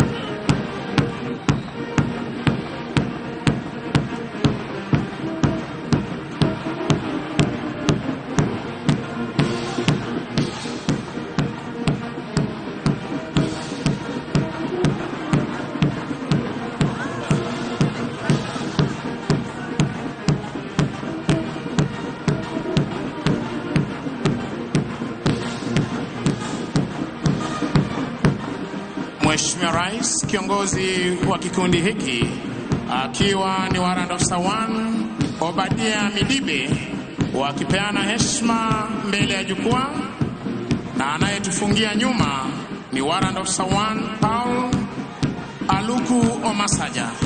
Mheshimiwa Rais, na huo ndio utakuwa mwisho wa tamasha zetu za kijeshi kwa pamoja. Ningependa kuwashukuru waliofanikisha makala haya: Brigadier Elijah Ndegwa Gatere, Brigadier Collins Mitoko, Brigadier Ahmed Mohamed Saman, Brigadier Joel Mayo, Kanali Ali Ibrahim Boru, Kanali Luke Nandasaba, Kanali Frederick Serem, Major Ismail Olwal, OGW, Major Samson Bwana Kodo, Captain Jen Nasirian Lenguris, Sergeant Duncan Kakundi. Niweze kuwashukuru wakuu wa itifaki, Major Charles Obwong, Major Lorot Ingolan, Sylvester, na niweze pia kuwashukuru wenzangu Senior Sergeant Kisuya George, Sergeant Masi Chitai, Corporal Kitty Jeffwa, Jina langu ni Sergeant Misango Mbae, nikiweza kurejesha kwake katana aweze kuendelea na sherehe zinazofuata. Naam, shukrani sana mwenzangu Misango Mbae. Mheshimiwa Rais, asante sana kwa kuweza kufika siku ya leo kwenye sherehe za madaraka, ambapo tunaenda kusherehekea pia vile vile gwaride la pili, gwaride la maskauti, ambapo mbele yako Mheshimiwa Rais tutakuwa na maskauti wa kike wa kiume, Girl Guides pamoja St. George's Ambulance, vile vile Bandari Maritime Academy. Siku ya leo Mheshimiwa Rais, gwaride la maskauti litaongozwa na bendi za mseto, ikiwa ni bendi ya Agero Sare High School, Mbita High School, Homa Bay High School, wakiweza kuhakikisha kwamba hatua zilizoko ndani ya gwaride hili zitaenda kuwa sawa sawia. Mheshimiwa Rais, ikiwa wewe ndiye baba mlezi wa vikosi hivi vya maskauti wa kike na wa kiume, kunaye Chief Scouts ambaye ni Professor Jacob Kaimenyi, pia vile vile Chief Commissioner Mr. Vincent Rodadi, Chief Executive Officer Bwana Moses Ndada, wakiwa tayari kabisa kutuletea gwaride hili la maskauti siku ya leo. Parade Commander atakuwa ni Kanglain Jean Court Kisulu. Bendi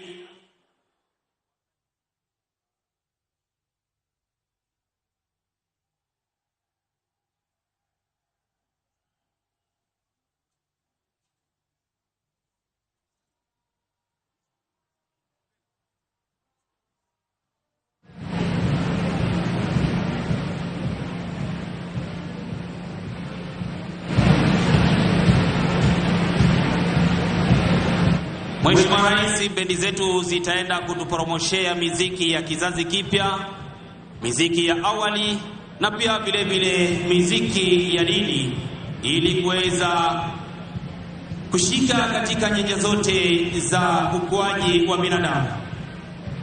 Ikiwa kuna vijana, kuna wazee, pia vile vile wanarika. Scouts Mheshimiwa Rais wanaweza kupata mafunzo mashuleni kwao wa kuweza kuwa na maadili mema kwenye jamii. Ni katika ile hali ya kuweza kukuza watoto ambao wataenda kurithi kwenye maisha ya kibinadamu. Hivyo basi wana skauti wako na takriban wafuasi 4.4. Girl Guides pia naye vile vile wakiwa wanaweza kufunzwa mafunzo ya kuweza kuishi na kuweza kuwa na dhamana mbele ya umati, wakiwa na takriban wafuasi 200,000. St. John's Ambulance hali kadhalika Mheshimiwa Rais wakiwa na wafuasi takriban 1,500. Hawa wanafunzwa huduma ya kwanza ili kuweza kuhudumia wananchi wakati wa majanga. Girl Guides vile vile Mheshimiwa Rais wako chini ya himaya zake mama mlezi Mheshimiwa B. Rachel Ruto, mama taifa, mwenyekiti wa kitaifa akiwa ni Teresia Chebet Maina, kamishina mkuu akiwa ni Rose Kioko, kaimu afisa mtendaji wa taifa akiwa ni Claire Opio, naye vile vile mwenyekiti wa bodi wa dhamani akiwa ni Honorin Kiplangat. Kikundi cha kwanza Mheshimiwa Rais cha Scouts hawa ikiwa ni Sungura, wakiwa wamevalia skefu ya rangi ya manjano, wanasema do your best, miaka 6 hadi 11, wakisherehekea nasi sherehe za madaraka. Kikundi cha pili kinachofuata Mheshimiwa Rais ni kikundi cha chipukizi, wakivalia skefu ya rangi ya kijani kibichi, miaka 12 hadi 15, wakisema be prepared.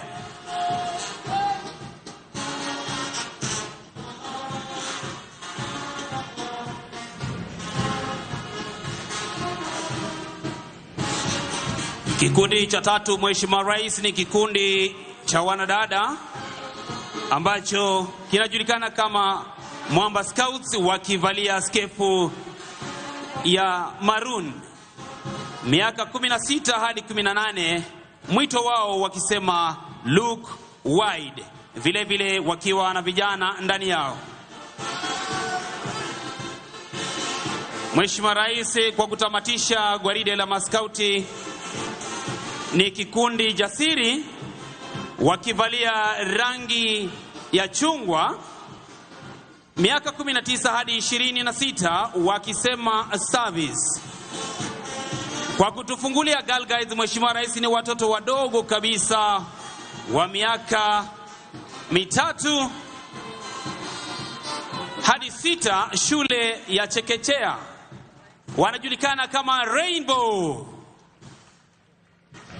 Wakirusha mkono mbele na nyuma. Wapi makofi yao wananchi tafadhali? Vile vile kikundi kinachofuata Mheshimiwa Rais ni kikundi Brownie, miaka 7 hadi 9, shule ya msingi.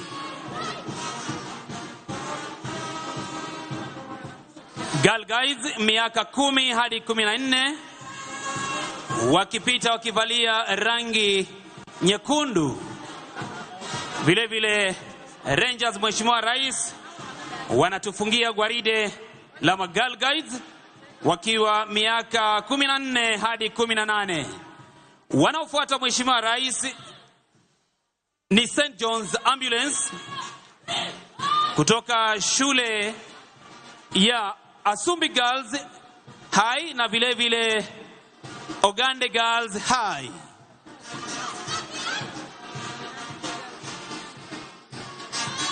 Wakiwa katika vikundi vyao vitatu, Mheshimiwa Rais,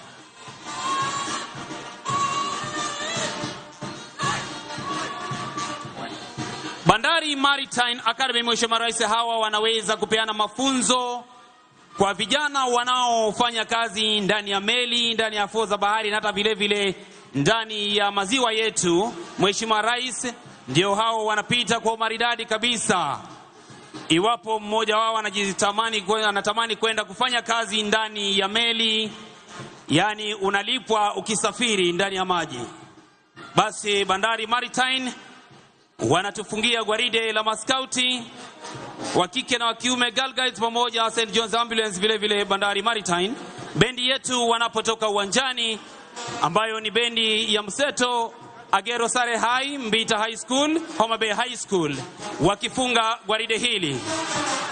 Mheshimiwa Rais, ningependa kuwashukuru walioweza kutusaidia kukamilisha gwaride hili, ikiwa ni Rispa Omala, Rachel Imwani, Catherine Njuguna, Captain Kazungu, na mie Wilfred Katana Iha, nikiweza kuletea matangazo haya moja kwa moja ili tuweze kusherekea siku za madaraka. Asante sana bendi kwa kuweza kututamatishia gwaride hilo. Asante sana bendi. Ningeomba kurudisha kwake usukani huu Mheshimiwa Rais kwa mkuu wa kitengo cha matangazo ya Rais Bwana Michael Gitonga aweze kuendelea na ratiba ifuatayo. Kwako Michael Gitonga. Asante sana. Tuwapigie makofi tafadhali kwa yale ambayo ametuandalia hapa. Mheshimiwa Rais, naomba sasa tuweze kutulia kwa maombi, na niwaalike watakaotuongoza kwa maombi siku ya leo. Nimwalike Bishop Bernard Okumu Ondiek akifuatiliwa na Sheikh Ali Abdullahi, alafu atakayetufungia ni Abednego Adiembo. Twende kwa maombi tafadhali. Our dear Heavenly Father, Maker of heaven and earth, we thank you for this Madaraka Day, a day that marks our nation's journey towards self-governance, unity and purpose. Lord, I lift the President of the Republic of Kenya, His Excellency Dr. William Samoei Ruto. May you grant him divine wisdom, strength and vision as he leads this nation. Guide his heart with justice, compassion and courage to make decisions that uplift every Kenyan citizen. I pray for the visiting president. God, keep our two nations united in peace and prosperity. I also uplift up Deputy President and all of the national leaders. I pray for the citizens of Kenya. God, I pray for hope, resilience, and opportunity in abundance. May every family be sheltered in your abundant love and grace. May your truth, love, and righteousness reign in every corner of this country. Oh God, bless Kenya in the name of Jesus Christ. Bismillahirrahmanirrahim. Kila jinsi la sifa njema ni lako Mola mlezi wa viumbe vyote, mfalme wa siku ya misho. Ni wewe tu ndio tunakuabudu na ni wewe tu ndio tunakuomba msaada. Ya Allah, ambaye aliyeumba mbingu na ardhi, udumisha taifa letu amani, upendo, umoja, undugu na maendeleo. Ya Allah, tuliosanyika hapa kwa siku muhimu ya Wakenya wote, na hii madaraka tumepata kwa uwezo wako kwa kupitia wazee wetu waliotangulia, ndio leo sisi tunavujivunia. Ya Allah, tunakushukuru kwa hiyo. Tunazidi kukuomba, ya Allah, umjalie kiongozi wetu mheshimiwa Dr. William Samoei Ruto, umpe afya na maisha marefu pamoja na baba Amolo Odinga. Ya Allah, uwajalie viongozi wetu yote. Ya Allah, umjalie rais mgeni ambaye alitutembelea hafla hii. Umjalie mama wetu Gladys Wanga Nyasuna, umpe afya na maisha marefu. Ya Allah, ili watumie madaraka hii kwa manufaa ya kuinua taifa letu na kwa manufaa ya kuinua nchi yetu. Ya Allah, uko na uwezo, umjalie Kenya yetu, umjalie kaunti yetu. Amina ya rabbal alamin. Katonda omulushwe kyalo ne bigiri nyakyanga owire warero no wiro unene wa Kenya batukana nabo obukanga shibwo kulinde kyalo kyabu. Katonda tukolotio awaga kabalwanire kyalo kuna bamala kugona twamokono gawo ne migizigi yabu banyo warinde kayuwa omanyere Kenya ni serikali erindwe no munene kanu mukulundo munene Daktari William Samoei Ruto okole mirmogeza Kenya kweno wolu gandazo ngeganda zio nate ikole mirmalala tusabira omwiko ifu president oze kutuwa no mugeni oganyumurinde kumira gaza kubanu Katonda nsaba county zifu pirangwena brio zikole mirmogeza kandi Homa Bay Mama Gladys Wanga arinde Homa Bay no wolu wazoga watu wae kusawa ni kusasama Katonda nitola Kenya tamakono gao ganyo warre awariari abagala kureta erioga mukyalo ganyo wareta lala tukolemiri malala Kenya kikome kayuwa ni kusawa matinyu nizeze muwarre kyalo kuno kandi murinde kyalo kuno Katonda rinde kyalo kuno Katonda reto wolu tuonate tuikale no wolu Katonda otio kulugonzili wao rinda wa Kenya. Amen. Rinda wa Kenya. Your Excellency Dr. William Samoei Ruto, President and Commander-in-Chief of the Kenya Defence Forces, Your Excellency Rachel Ruto, the First Lady of the Republic of Kenya, Your Excellency Natasha Pirks Musar, the President of Slovenia, Your Excellency Professor Kithure Kindiki, Deputy President of the Republic of Kenya, Your Excellency Dr. Joyce Kithure, spouse to the Deputy President, the Right Honorable Raila Amolo Odinga, the Prime Cabinet Secretary Honorable Musalia Mudavadi, the Speaker of the National Assembly and the Senate, Lady Justice Martha Koome, Chief Justice and President of the Supreme Court, the Chief of Defense Forces General Charles Kahariri, service commanders, Your Excellency Gladys Wanga, Governor of Homa Bay County, all governors present, cabinet secretaries and principal secretaries present, members of parliament, all senior national government and county government leaders, residents of Homa Bay na Wakenya wote ambao tunasherehekea siku ya madaraka ya leo. Mheshimiwa Rais, kwa niaba ya kamati ya andalizi ya tamasha hii ya siku ya madaraka, naomba utukubalie tuweze kuandalia burudani fupi. Wenzangu Beatrice Gatonye na Boni Musambi, mmetuandalia yapi? Hebu tuende kazi. Mheshimiwa Rais, tumetua Nyanza. Bila shaka hapa ni Homa Bay, moyo wa ziwa Victoria. Na kwa kusema hivyo tunamaanisha kuwa burudani ya hapa huacha historia ikijirekodi yenyewe. Leo hii Mheshimiwa Rais, tumekuandalia mseto kabambe wa utamaduni wa jamii ya Dholuo, wasanii maarufu wa taifa, nyimbo za Injili, wakongwe wa Orutu, wapiga densi wa kuvunja sakafu ya jukwaa. Mheshimiwa Rais, leo utaweza kuwaona macho kwa macho wasanii wakali kutoka eneo hili, kama vile akina nani Maslin, Charles Odhiambo, Aroji Chogo, Papa T, Linda Wino na Kevin Gombe. Lakini kabla hawajakuwa mastaa, Mheshimiwa Rais, walianza kama watoto, na ndio maana nasi tunaanza na watoto wetu wa Homa Bay. Leo tunajivunia zaidi ya watoto 500 kutoka shule 11 za gatuzi hili la Homa Bay, wakiwa chini ya uongozi wa walimu wao Eric Amuhaya, Faith Mbote, Ezekia Ogira, Suleiman Salim na Janet Langat kutoka Wizara ya Elimu. Watoto hawa watatumbuiza kwa nyimbo, mashairi, densi na michoro inayosifu taifa letu na kuadhimisha Madaraka Day kwa uzito wake. Burudani yote hii Mheshimiwa Rais iko chini ya kauli mbiu maji yetu, thamani yetu. Basi moja kwa moja kwa watoto na DJ Nez.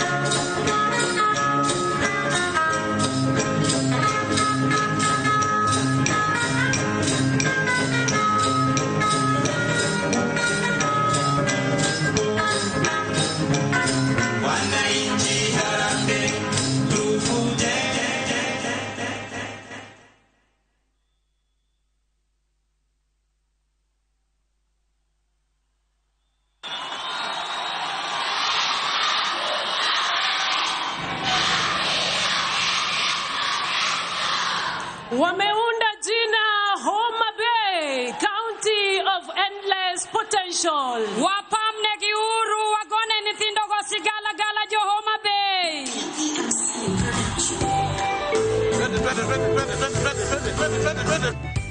Taifa letu Kenya, tumetoka mbali pamoja, tumefika tunasonga mbele, tunasonga mbele.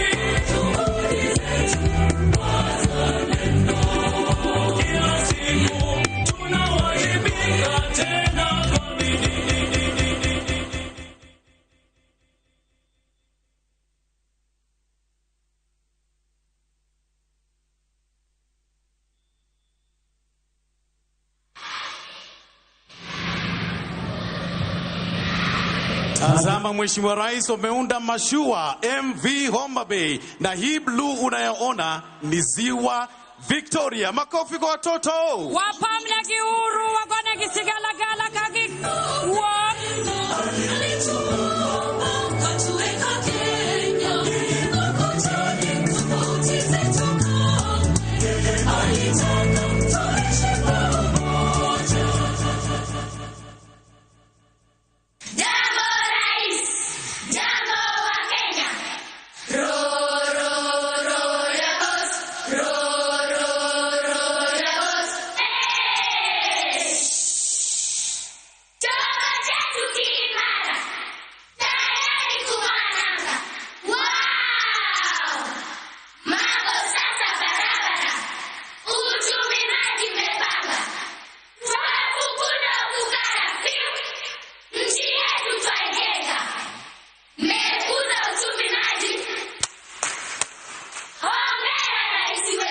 Hongera rais wetu kwa kukuza uchumi maji. Makofi kwa Mheshimiwa Rais. PPMC Production.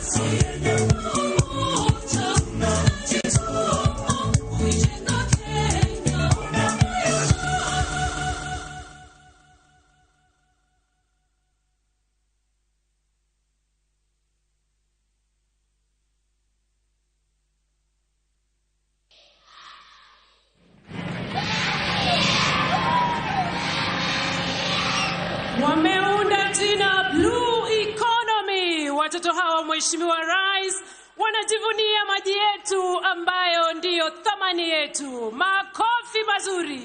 Wapamne kiuru kakichumano.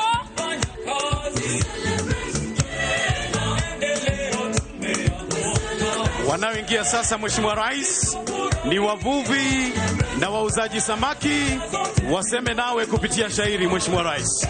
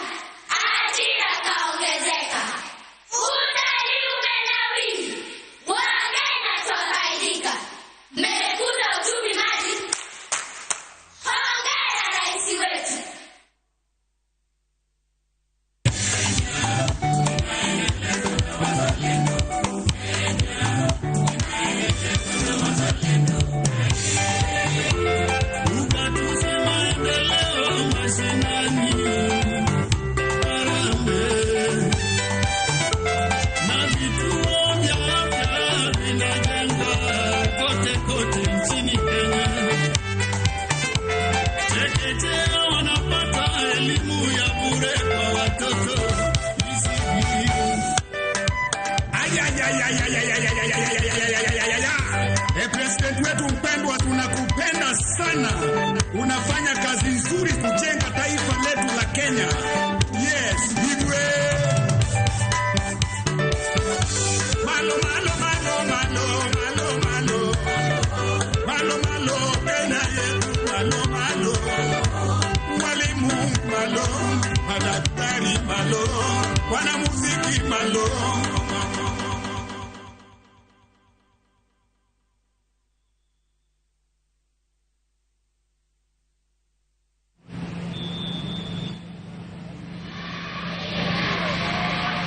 Ona maajabu, Mheshimiwa Rais, wameunda samaki. Mkono wa kushoto ni kichwa, mkono wa kulia ni mkia. Na kwa vile umeshusha bei ya unga wa ugali, mlo umekamilika, Mheshimiwa Rais. President wetu mpendwa, tunakupenda sana. Unafanya kazi nzuri kujenga taifa letu la Kenya. Yes, Igwe. Malo, malo, malo, malo, malo, malo. Malo, malo, Kenya yetu, malo, malo. Walimu, malo. Madaktari, malo. Wanamuziki, malo. Wakulima, malo. Wanajeshi,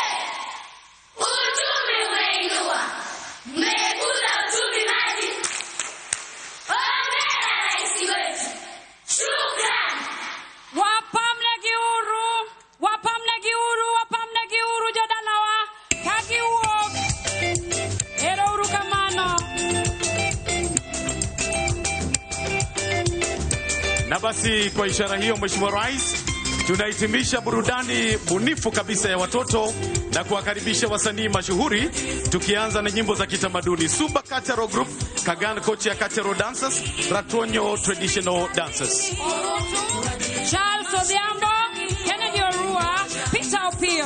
Watakao kuandalia ohangla ni Acheng Nyarongo, Arodi Chogo, Freddy Jakadongo, Abongo Bwana, Oluch Digital, Papa T, Kaka Talanta, Odhicho Jasuba.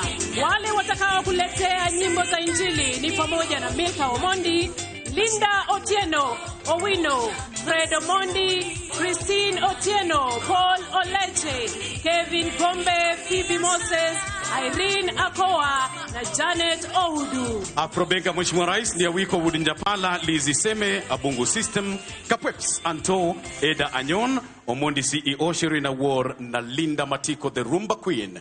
Kazi kwenu.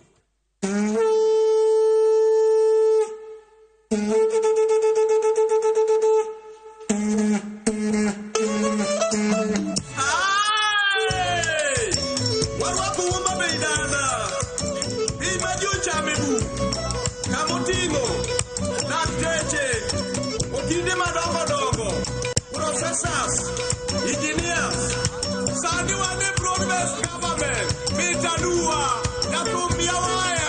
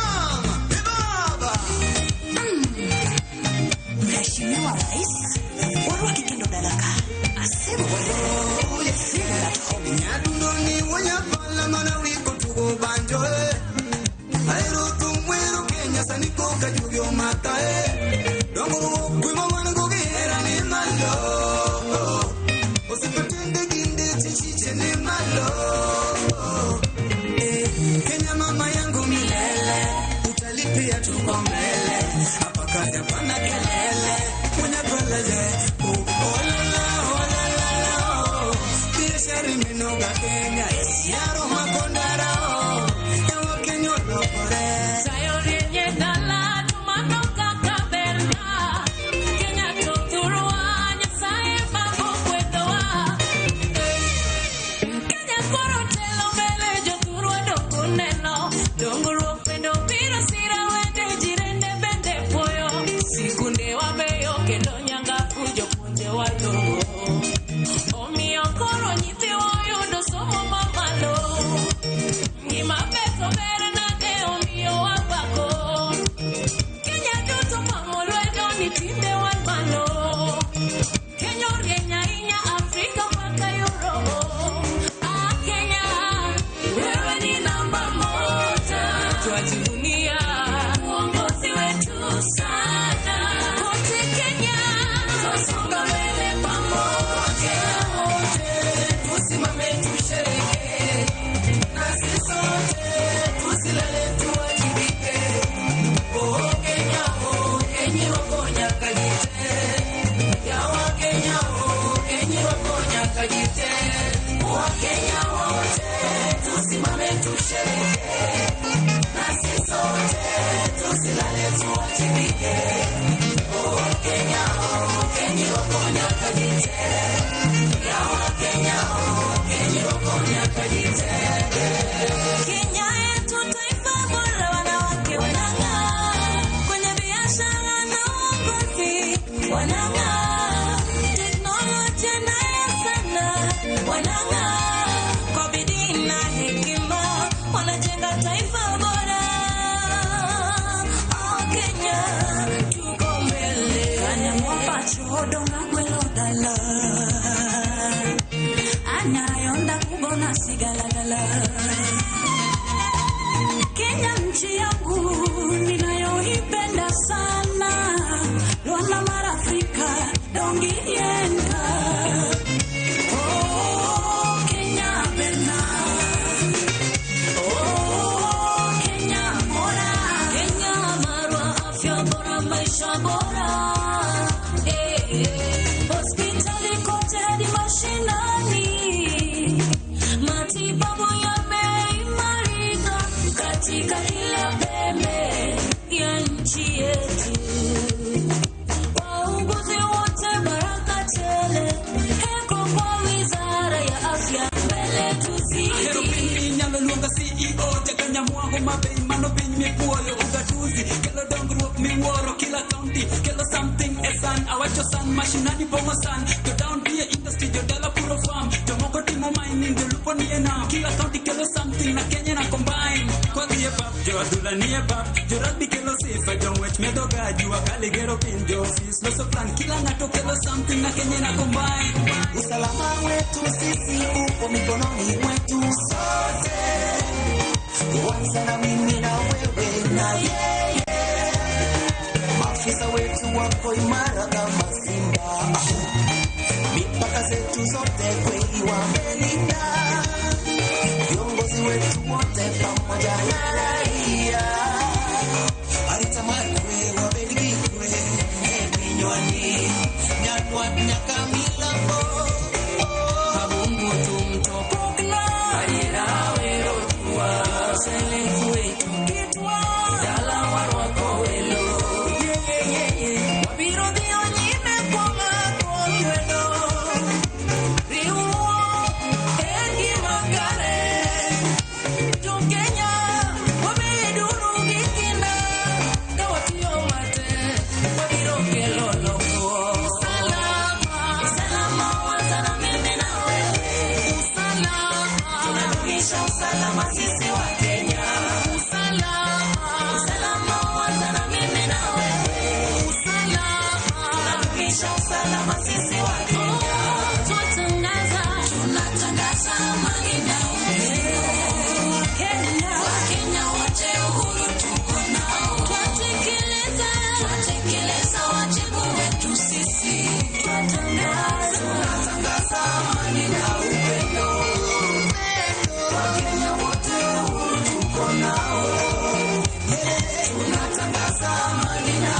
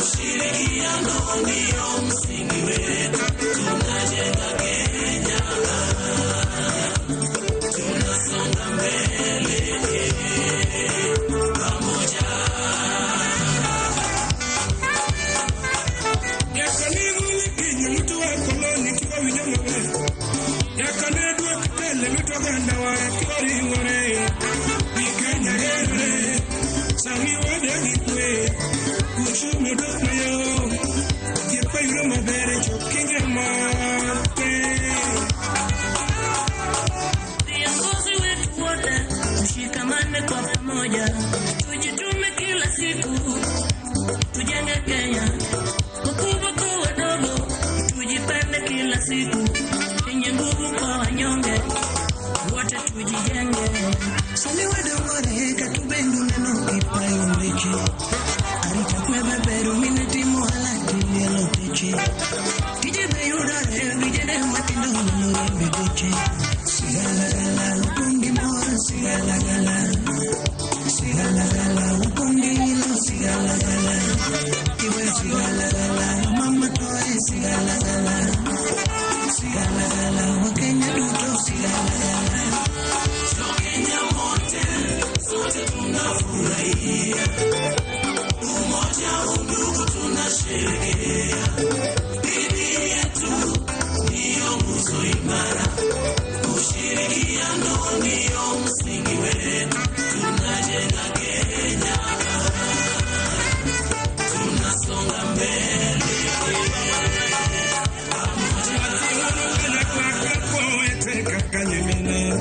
Wanyakuru wetu Kenya wakakajokanata. Umoja ni nguvu, utengano ni udhaifu. Shuturua wareke kwa bore wake kumwendu. Tunasifi daima the beauty of Kenya. Jukurua unanya mbongo the beauty of Kenya. Kata kidwaro neno flamingo kunaibasha Kenya. Ruma mbuga ya wanyama pia iko Kenya. Tunapenda Kenya, nchi yetu yenye upendo.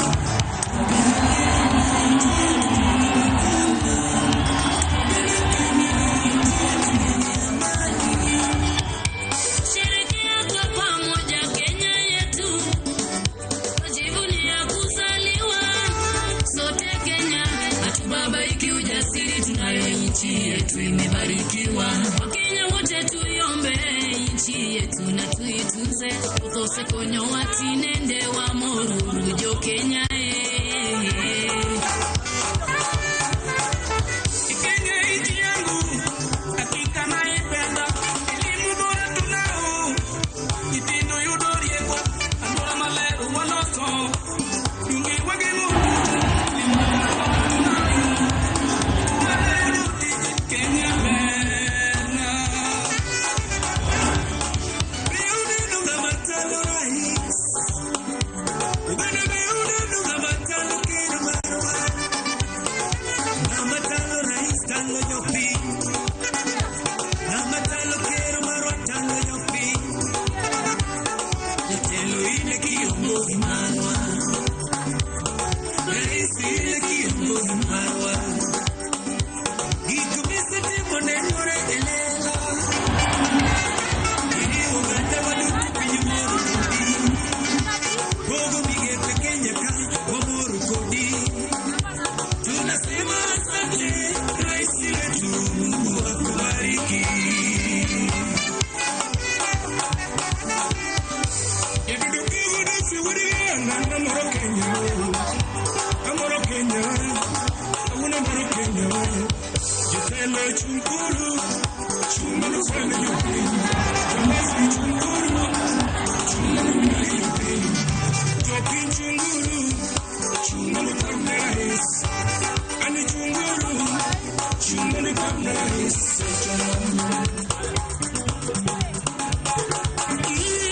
Kamuno doge mor magundo, pinyete waneno kamor. Kamuno doge mor magundo, pinyete waneno kamor. Wanukue mwanano ke Kenya, mor kila mwaneno kawuono. Viongozi tabasamu kidogo, kila mtu makofi ya chini. Viongozi makofi ya kati, rais wetu makofi ya juu. Tukisikia wagoyo gingazi. Rais wetu, tunakupenda zaidi. Sisi kama Wakenya tunasema endelea mbele, fanya kazi, sisi tuko nyuma yako. Aliko tunanong'ona, kamuono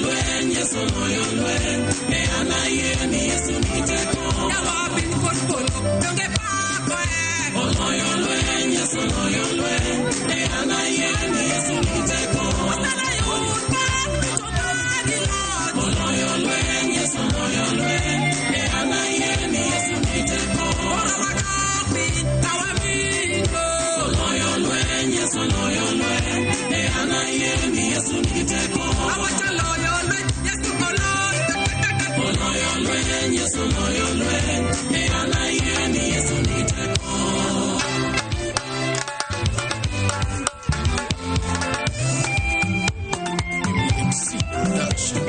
sifa zote ni zake Bwana wa majeshi ni furaha Mungu ametushindia Nyasaye osatimo madongo sisi ni washindi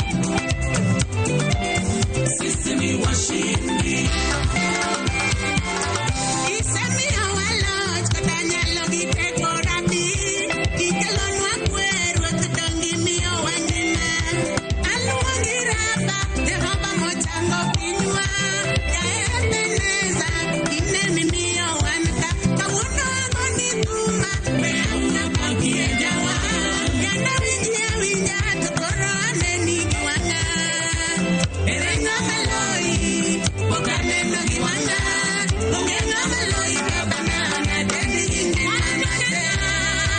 Wangi mora chie Yasayo hero wa Kendo wa hero re Waseti mo madongo Kendo wa lelelela Twasherekea yale Mungu ametenda Asante kwa kubariki Kenya Pero kama Lord wote mawagoyoni Kwa nguvu zako umetuongoza neema yako imetutosha Berni Yesu Roma mwanani baba Ouma Oingana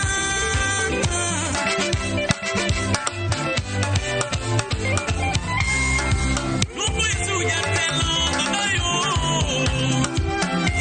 Rabi emi kongolongo Rabi emi wangima Rabi kelo rogen Owilayo Kokola moa Kuomo nogini Yesu yatelo Ero kamano Agoyoni Yesu kende Yudugo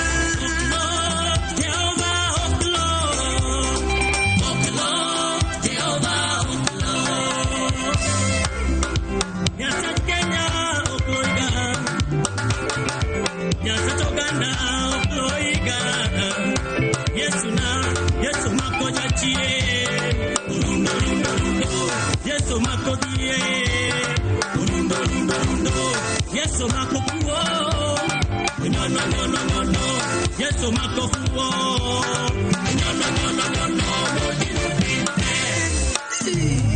Omo nyakalada ya sai mara tego ine mira mapapa Moya bade tomo tomo kuloika Wate bido kwa injiga kamone tima mwono yoyo kamone tima mwono na jia mane pinyo juango Imiyo waloto bile bile Imkeni ya mirongo Imkeni wabaki Mama chalo kodi onge ine miduo Mama bimoko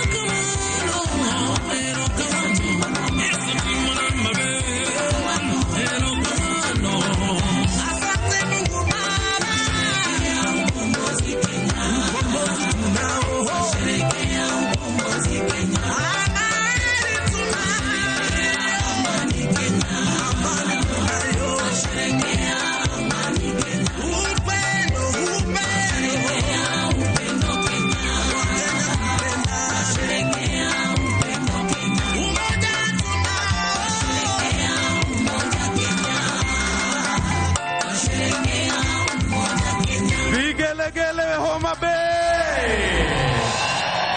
Mheshimiwa Rais, tunafika mwisho sasa wa burudani na tunaomba tuwasapoti wasanii hawa kwa kuwafollow katika mitandao yao ya kijamii. Kwako Michael Kitonga. Tuwapigie makofi tafadhali, tuwashukuru wana burudani. Asanteni sana kwa kazi mzuri, na nimeona ya kwamba hata Mama Aida Odinga karibu aingie kwa uwanja a dance now kidogo. Tunaona kwa wamefanya kazi mzuri sana. Na kwa sasa Mheshimiwa Rais, tungependa kuwaalika State House Choir ili tushangilie Kenya tukiwa sote tuweze kushangilia Kenya tukiongozwa na State House Choir, na pale tuwaruhusu wale ambao wako nje waweze kuingia. Naomba tafadhali waingie kwa upolepole ili tusiwe na madhara yoyote. Tutawaonyesha mahali mtaketi, waingie tafadhali muingie kwa pamoja. Na kwa sasa pia ni watambue mabalozi wote walio hapa, ambassadors and members of the diplomatic corps. Sasa twende kwa State House Choir tushangilie Kenya. Twajivunia sana tukijiita wa Kenya, nchi yenye baraka. Wananchi walio nje tafadhali wanaomba kuingia. Chiefs, tuwaruhusu wananchi waweze kuingia.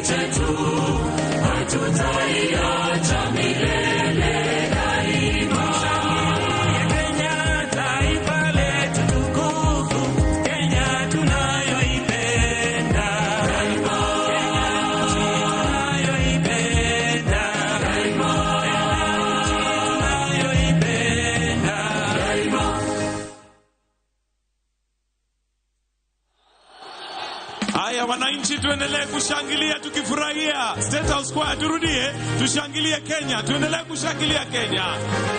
Wananchi wamefurika na wanaingia kwa wingi, waruhusiwe waingie. Tushangilie Kenya, taifa letu tukufu, Kenya tunayoipenda.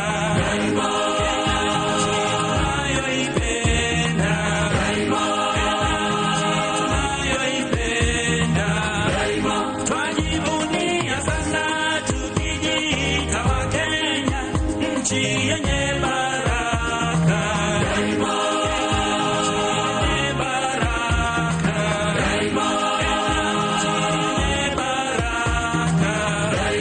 Kenya makao yetu ni nchi ya kupendeza, kamwe hatutaiacha.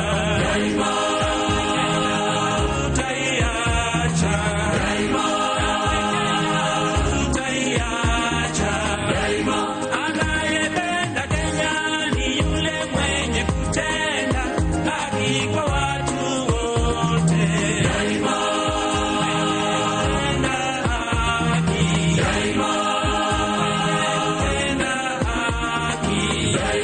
Na ukipenda Kenya ujitengane na mambo yenye kuvunja amani. Hata Kenya, hata Kenya. Wenzangu, Kenya kipenzi chetu, hatutaiacha milele daima. Kenya kipenzi chetu, hatutaiacha milele daima. Kipenzi chetu, nchi yenye upendo, hatutaacha Kenya daima na milele. Kenya kipenzi chetu, hatutaiacha milele daima. Kenya kipenzi chetu, hatutaiacha milele daima. Sote wananchi wa Kenya kutumikia Kenya daima na milele. Kenya kipenzi chetu, hatutaiacha milele daima. Kenya kipenzi chetu, hatutaiacha milele daima. Mama yetu tena ni baba yetu, hatutaacha Kenya daima na milele. Kenya kipenzi chetu, hatutaiacha milele daima. Kenya kipenzi chetu, hatutaiacha milele daima. Kenya nchi yangu, mimi ni mwana Kenya daima. Ngambo nitarudi, mimi ni mwana Kenya daima. Kamwe na wageni, mimi ni mwana Kenya daima. Sitatoshwa na wabaya, mimi ni mwana Kenya daima. Sitasaliti Kenya nchi yangu, mimi ni mwana Kenya daima. Majirani wangu nitalinda, mimi ni mwana Kenya daima. Wenzangu, Kenya kipenzi chetu, hatutaiacha milele daima. Kenya kipenzi chetu, hatutaiacha milele daima. Kenya taifa letu tukufu, Kenya tunayoipenda. Kenya nchi tunayoipenda. Kenya nchi tunayoipenda. Tunaweza tukaketi tafadhali, ili wale ambao wanaingia waweze kupata nafasi. Wale tuko mbele tunaweza tukaketi. Haya, State House Square tutaendelea, na pia DJ kama unaweza tupatia wimbo Kasongo utafurahia. Lakini wale ambao unaingia tafadhali tukiwe kwa upolepole. Kuna nafasi ya kila mtu, kwa hivyo tusisukamane tafadhali.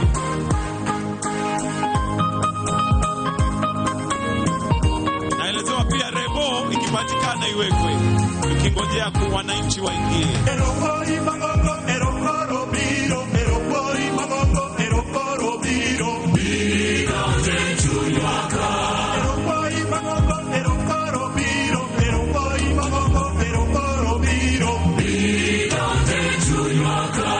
Wale tayari tuko na nafasi, tunaweza tukaketi ili tuwaruhusu wale watu wako nyuma waweze pia kuona. Wale tuko mbele tukiketi.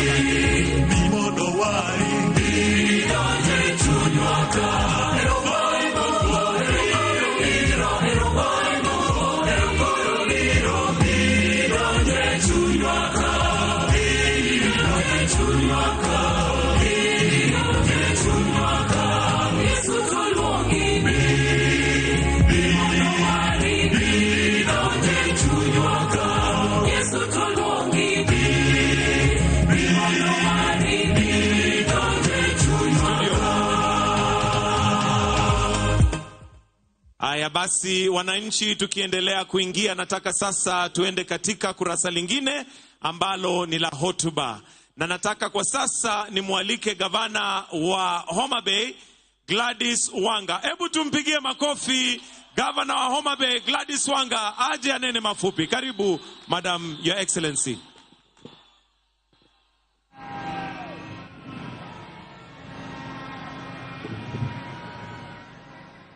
The President of the Republic of Kenya, His Excellency Dr. William Samoei Ruto, the First Lady of the Republic of Kenya, Her Excellency Rachel Ruto, our guest president, the President of the Republic of Slovenia, Her Excellency Natasha P.S. Musar, Your Excellency Right Honorable Raila Amolo Odinga, Her Excellency Mama Aida Betty Odinga, Deputy President of the Republic of Kenya, His Excellency Professor Abraham Kithure Kindiki, and Dr. Joyce Kithure.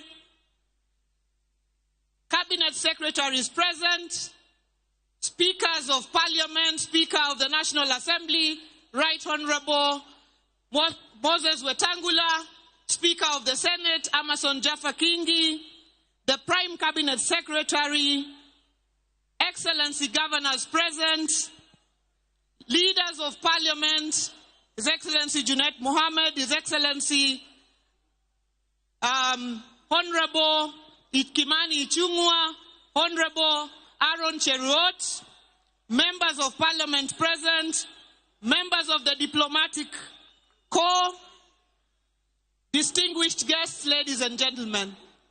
His Excellency the President, if you allow me just 1 minute, I would like to recognize the Excellency Governors who have come here. His Excellency James Bob Orengo of Siaya, His Excellency Anyang' Nyong'o of Kisumu, and His Excellency Dr. Ochilo Ayako of Migori. Deputy Governors led by my own Deputy Governor, His Excellency Oyugi Maguanga. Members of Parliament from Homa Bay, Your Excellency, we are hosting this as a leadership together.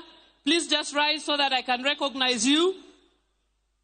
Senator Beatrice Ogola, Honorable Bensouda Joyce Osogo, Senator Moses Kajwang', Honorable Peter Pondokaluma, Honorable Millie Mabona, who is also the whip of the National Assembly.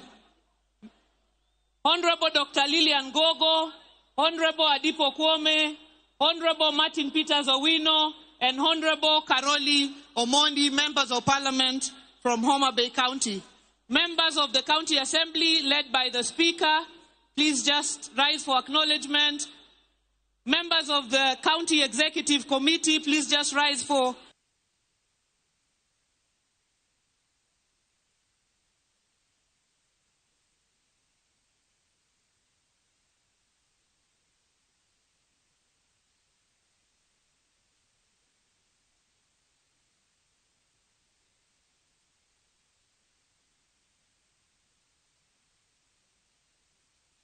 pride.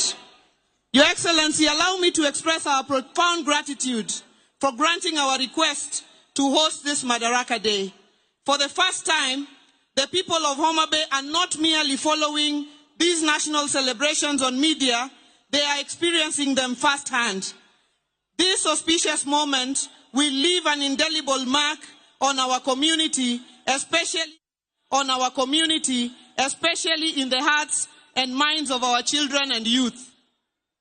Your Excellency, we are grateful that just 6 months ago, during the finals of the Genoa Governors' Cup, you pledged to complete the expansion of our stadium. Today, we proudly unveil a 12,000-seater capacity, canopy-covered stadium, ongoing of our dualing of our main highway, expansion of Kabunde airstrip, and upgrading of various roads in Homa Bay town. These developments are a testament to your commitment to keeping promises. Your Excellency, ladies and gentlemen, let me tell you about Homa Bay. Our name is derived from the majestic Homa Hills and the lakefront, the bay.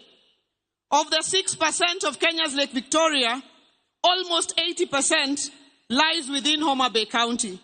It is a beautiful gem with scenic beaches, beautiful sunsets, breathtaking hills, the Ruma National Park and the rare Roan antelope, Simbi Nyaima and its flamingos, and the beautiful islands of Mfangano, Rusinga, Takawiri, Kiwa, Kibuogi, Ringiti, Ngode, among others.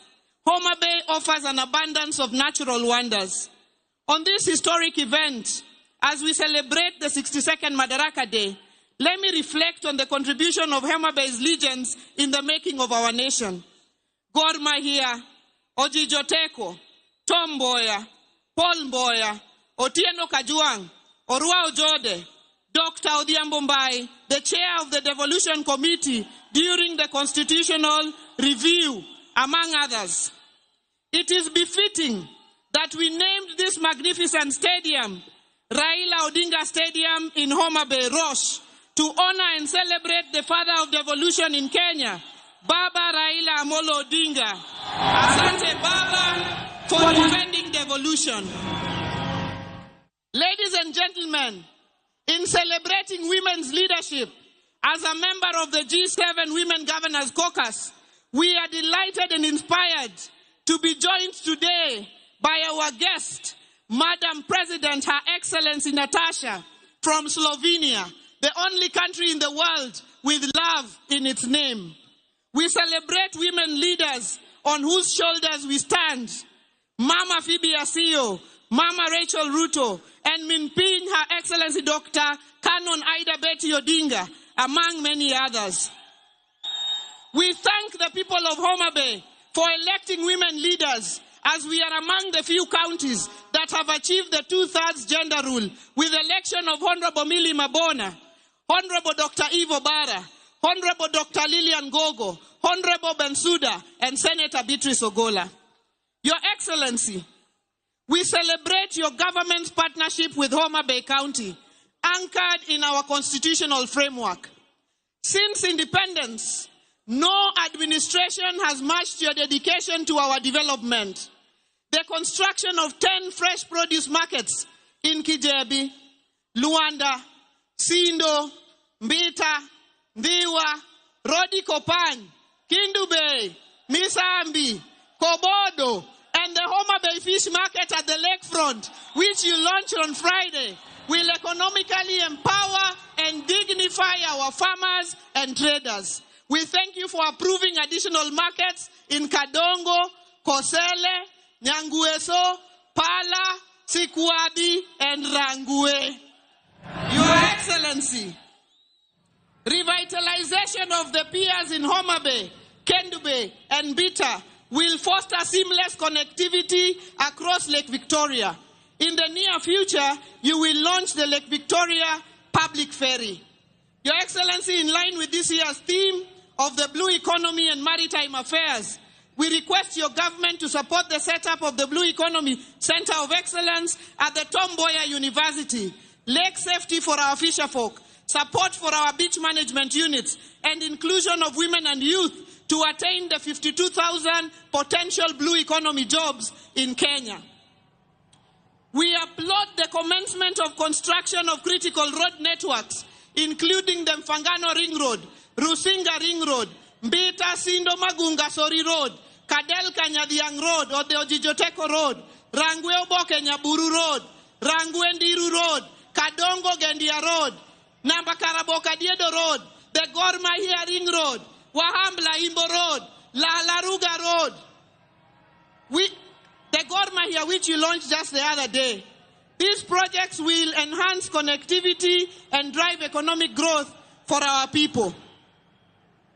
Your Excellency, as a county, since coming into government 2.5 years ago, we have raised our on-source revenue by over 700%, from 191 million to over 1 billion shillings.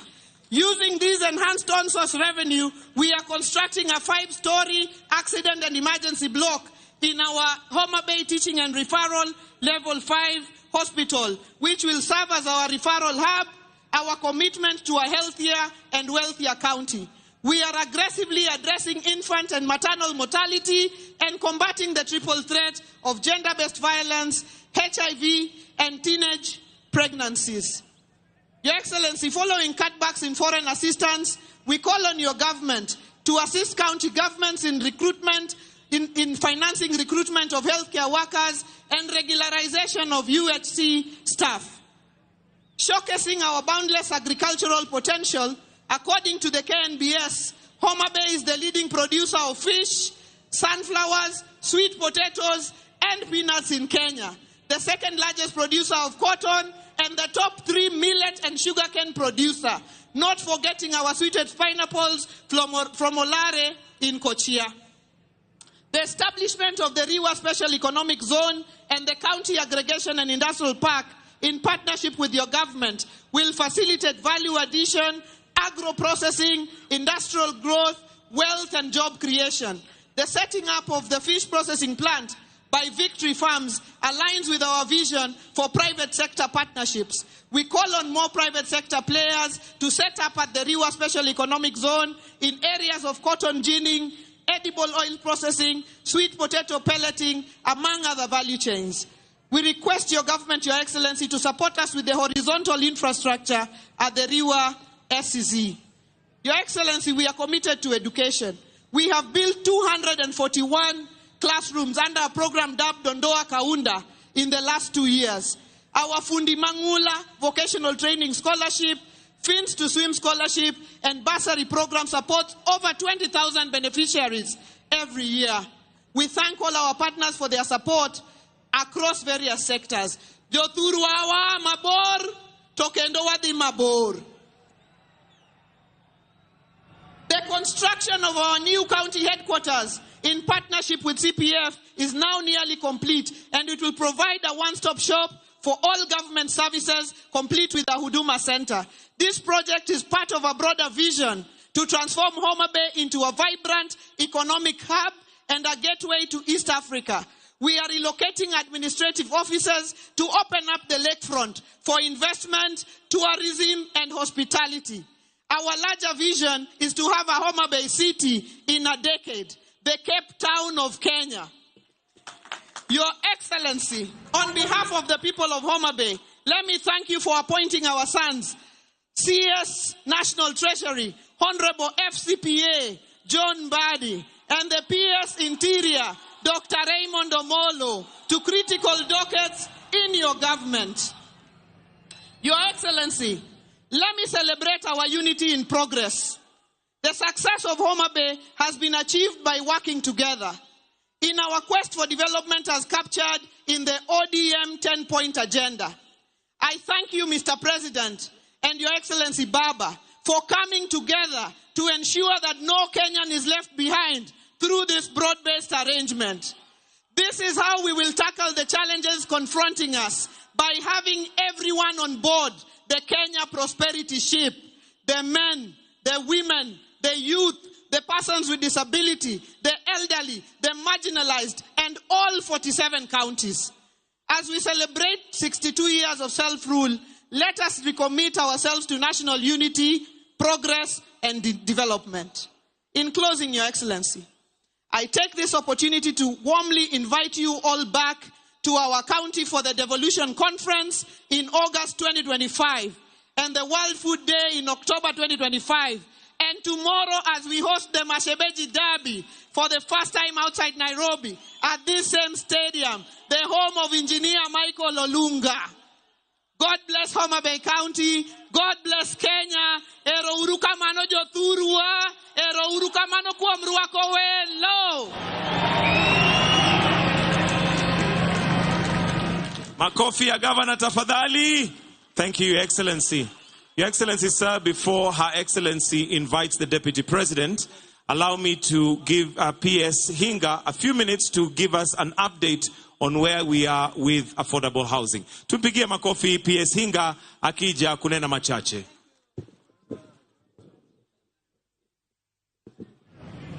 Your Excellency, the President, allow me to ride on the protocols already established.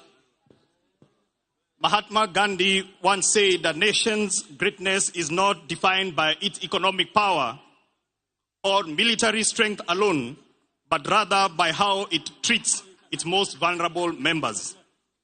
Another great, Nelson Mandela, says, "What matters in life is not the mere fact that we lived. It is what difference we make to the lives of others that will determine the significance of the lives that we lead." Your Excellency, as we celebrate Madaraka Day, we need to ask ourselves the question, 62 years later, are we free yet?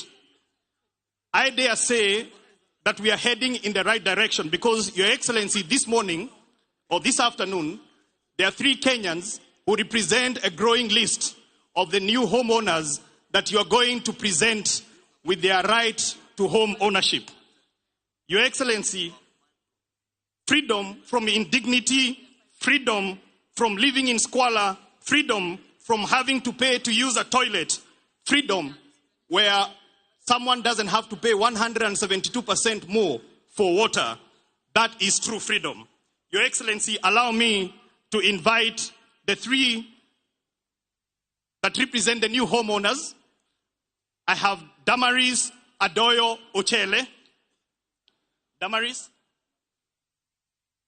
Your Excellency, Damaris is a county administrator in the county of Homa Bay, and she is a homeowner. I would like to request that, Your Excellency, you come in front with your permission so that you can be able to present her with her right to home ownership. Damaris, come on, tuwapigie makofi Damaris, tafadhali. Damaris, asante sana, utangoja hapo pia. Your Excellency, ngoja tu hapo. The next person I want to invite is Victor Okoyo. Victor ni ule jamaa unasema wakubonyeza computer, dola inaingia.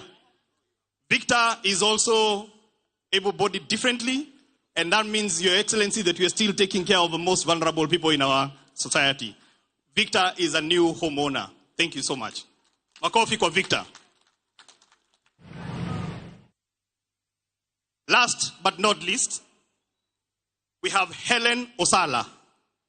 Your Excellency, that face I'm sure is familiar because Helen Osala is Mama Samaki. She is one of the ladies that had the pleasure of cooking for you fish the other day. She is a true testament of what you talked about bottom up. When you talked about you're going to build serikali na mama mboga na watu wa boda boda. Asante sana for dignifying Helen.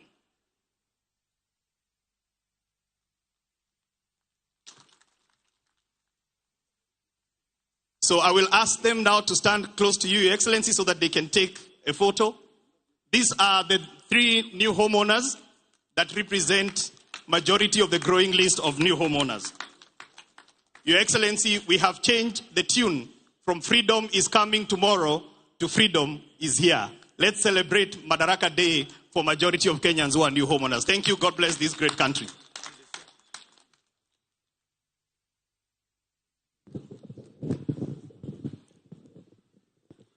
Your Excellency, allow me to invite now His Excellency, the Deputy President of the Republic of Kenya, Professor Abraham Kithure Kindiki. Jothurwa warwak jatelo. Mheshimiwa Rais, allow me to ride on the protocols which have already been laid out. Mheshimiwa Rais, naomba kwa heshima kubwa, kabla sijakualika, kwa sababu leo tungetaka tukusikie, naomba niambie wananchi, rais ameniuliza kwa heshima nimsaidie kwa kumuita rafiki yake, kiongozi wetu ambaye ni mwanasiasa ambaye amekuwa na ushawishi mkubwa sana katika siasa zetu za Kenya. And therefore I feel greatly honored to request with a lot of humility His Excellency Raila Amolo Odinga to say jambo before I can invite the president. Wanduru ya baba jameni.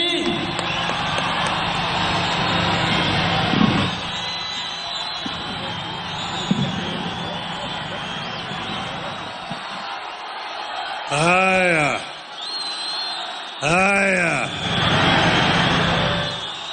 Your Excellency, President William Samoei Ruto, Your Excellency, President Natasha Musa of Slovenia, the diplomats who are here, distinguished guests, ladies and gentlemen, hamjambo, Jothurwa, Umor, Will, Ushiek. It is an honor, Your Excellency, to be allowed to greet these people today. This, as the governor said, is a great day for the Homa Bay County. But more importantly, Your Excellency, it is a testament that devolution works and can work if it is empowered.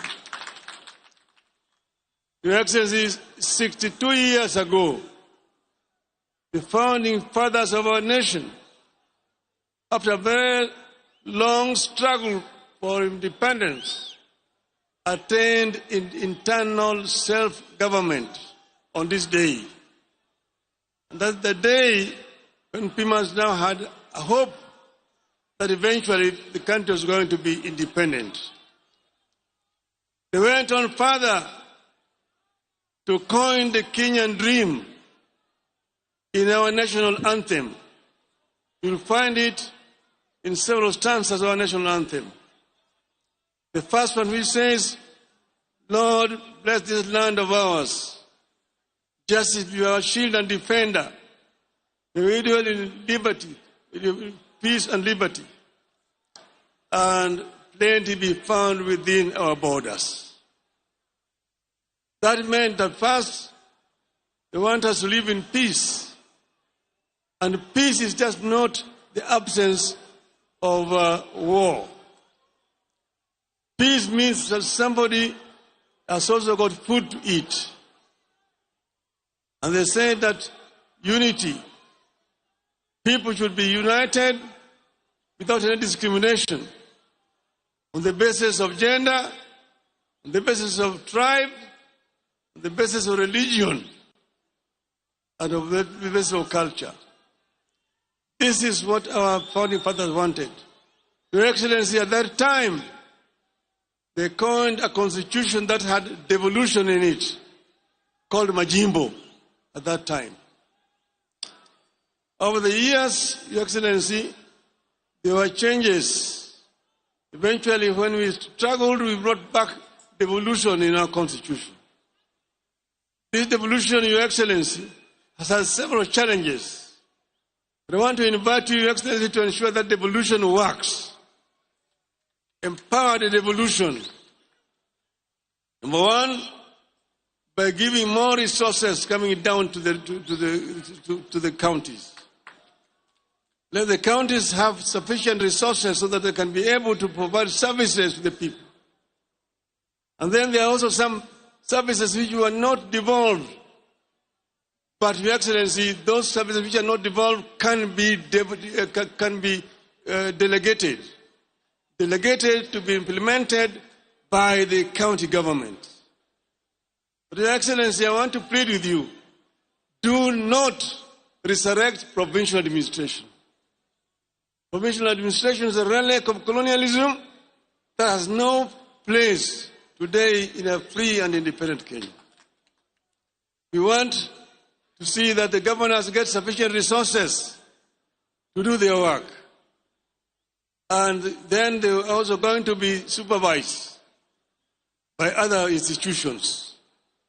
We want also our members of parliament to continue to do their work effectively by representing, legislating, and oversighting the national government, but allow the development to be done by the county government themselves. Your Excellency, if we do this, this country is going to develop at much faster rate. That is why I would like to hear today on the National Day appeal to Parliament to implement what we had put in our agreement, that 450 billion shillings be allocated to counties in this coming budget. Finally, Your Excellency, you have had several challenges. We have had a lot of issues. 2 years ago, we were on the streets. And even last year, they were on the streets, the Gen Zs. I saw that during the prayer breakfast recently this week, there was apologies that were being made. The Speaker and yourself, which is wonderful, as a first step to reconciliation. But then there's the issue of people who are injured. Some people who died during that time. I want today to say that we should do compensation to families of those who died and those who are injured, so that we can have a closure to this chapter of our national history today. We want Kenyans to live in peace and in unity. Yothurwa. Unenoni. Wija maber. Uroko welu. Amiari wani Yothurwa mondo riure kwa dhi nyime. Wange kumwadwa dhi. Wange kumwae. Wange kumatimunadi. Kumwadhi. Your Excellency, thank you very much. Long live Kenya. Asante.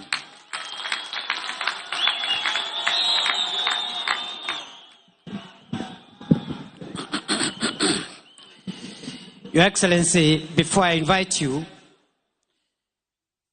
allow me just to say this in a minute. That this generation owes the generation that fought for the political freedom of Kenya, the debt of fighting for the economic freedom of our country. As you lead us, Your Excellency, I am satisfied that we are on a course of paying the historical debt of our forefathers who fought for the freedom of Kenyans to govern their own affairs and to rule themselves. We are paying that debt by ensuring we also provide economic freedom to Kenya and its people.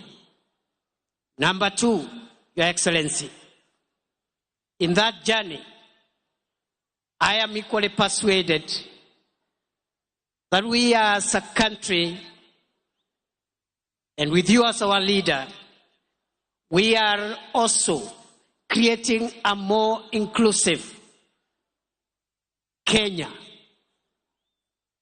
From an economic standpoint, for a long time, the investment of national resources, especially in supporting the value chains from where the majority of our people derive their income, those resources have sometimes forgotten certain sectors. I am glad, under your administration, Your Excellency, we are spending more money, not only to strengthen the traditional value chains in tea and coffee and all the other important crops grown in our country, not just in livestock development, but we are also spending enough resources to provide support to fisher folk and make sure our country maximizes from our blue economy resources. Finally, Your Excellency, as we live and travel this journey, it is also clear on us that between yourself and His Excellency Raila Odinga, you are speaking to our nation so that we can forge closer ties among ourselves as citizens of Kenya, reduce barriers brought about by politics, ethnicity, religion. And going forward, Your Excellency, we look forward to your partnership, yourself and His Excellency Raila Odinga and the rest of us who are fortunate to be in leadership positions to build a more united Kenya, a more inclusive Kenya, where one's place of birth, religion, ethnicity doesn't have to count. Rather, their merit and what they bring on board in the contribution of our national development is what matters. I want to appeal that we also bring on board all generations so that the younger people, the older people, the children, and even the generations to come, we all find ourselves in that one ecosystem because we all belong to this country. No generation is superior to the other. The older people have a role to play. The younger people have a role to play. Our children have a role to play. Even the unborn, when they arrive in the world through Kenya, they will have a role to play. Nakushukuru Mheshimiwa Rais, na mimi nataka nikuambie nitaendelea kusaidia vile unajaribu kuunganisha Kenya. Nimshukuru mzee wetu Mheshimiwa Raila Odinga ambaye ni kiongozi, amesukuma siasa ya Kenya kwa muda mrefu before some of us even arrive in the scene. But he is courageous enough, patient enough all the time to consider Kenya greater than each one of us. Na kwa hayo mengi Mheshimiwa Rais, allow me, fellow Kenyans, that we be upstanding as we invite President William Ruto to come and address us. Wapi shangwe na vigelegele jameni? Asanteni sana. Welcome, Mr. President.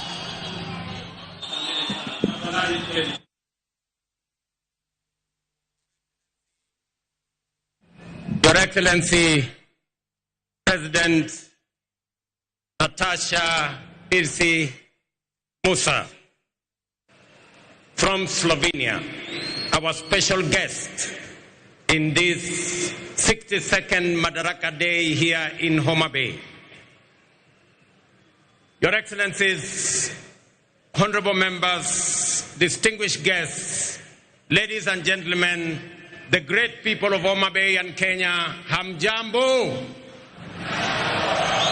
Homa Bay hoye. Amoso u jodurwa. Jodurwa untie. Jodurwa umor. Jodurwa oil. Bwana Yesu asifiwe. Asanteni sana. Kwanza, kabla sijasoma taarifa yangu ya siku ya leo, in our midst we have a friend of Kenya, a great lady who has paid us a visit. When I invited her to come, she was gracious to consider time to come and fellowship with us. And more importantly, she agreed to be a special guest on this Madaraka Day in Homa Bay. Your Excellency, Madam President, we honor you. We are grateful for your consideration and for coming to be in our midst. And the people of Kenya, represented by the people here, welcome you to Kenya. And as a special guest, let me allow you to make your statement. Tumkaribishe Mheshimiwa Rais na makofi jameni. Welcome, Madam President.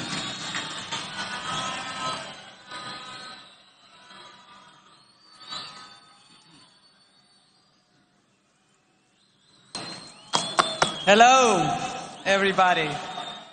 Dear Mr. President, distinguished guests, and above all, people of Kenya, I stand here before you, deeply honored by the privilege that Kenya, a proud and powerful nation of the African continent, has bestowed upon me to address the Kenyan people on behalf of the people of Slovenia. I stand before you, humbled yet proud of how warmly Slovenia has been received and of our shared desire to see the cooperation between our two countries flourish. 62 years ago, the Kenyan people wrote a pivotal chapter in history. Madaraka Day, the day Kenya gained the freedom of self-government, marked the day Kenya finally secured the right to shape its future. An arduous journey came to an end. The days when foreign settlers drove the Kenyan population from fertile land and forced them into poorly paid labor are long gone, but they will never be forgotten. For the struggle for the independence was anything but easy, and it came at a heavy cost. Of course, the Kenyan people know only too well that history is not just about facts.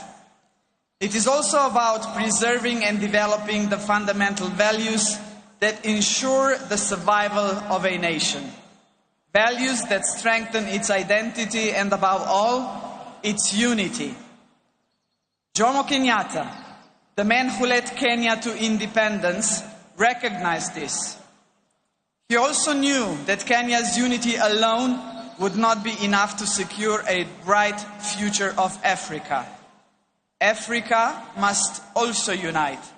A strong Africa, ladies and gentlemen, means a strong Kenya.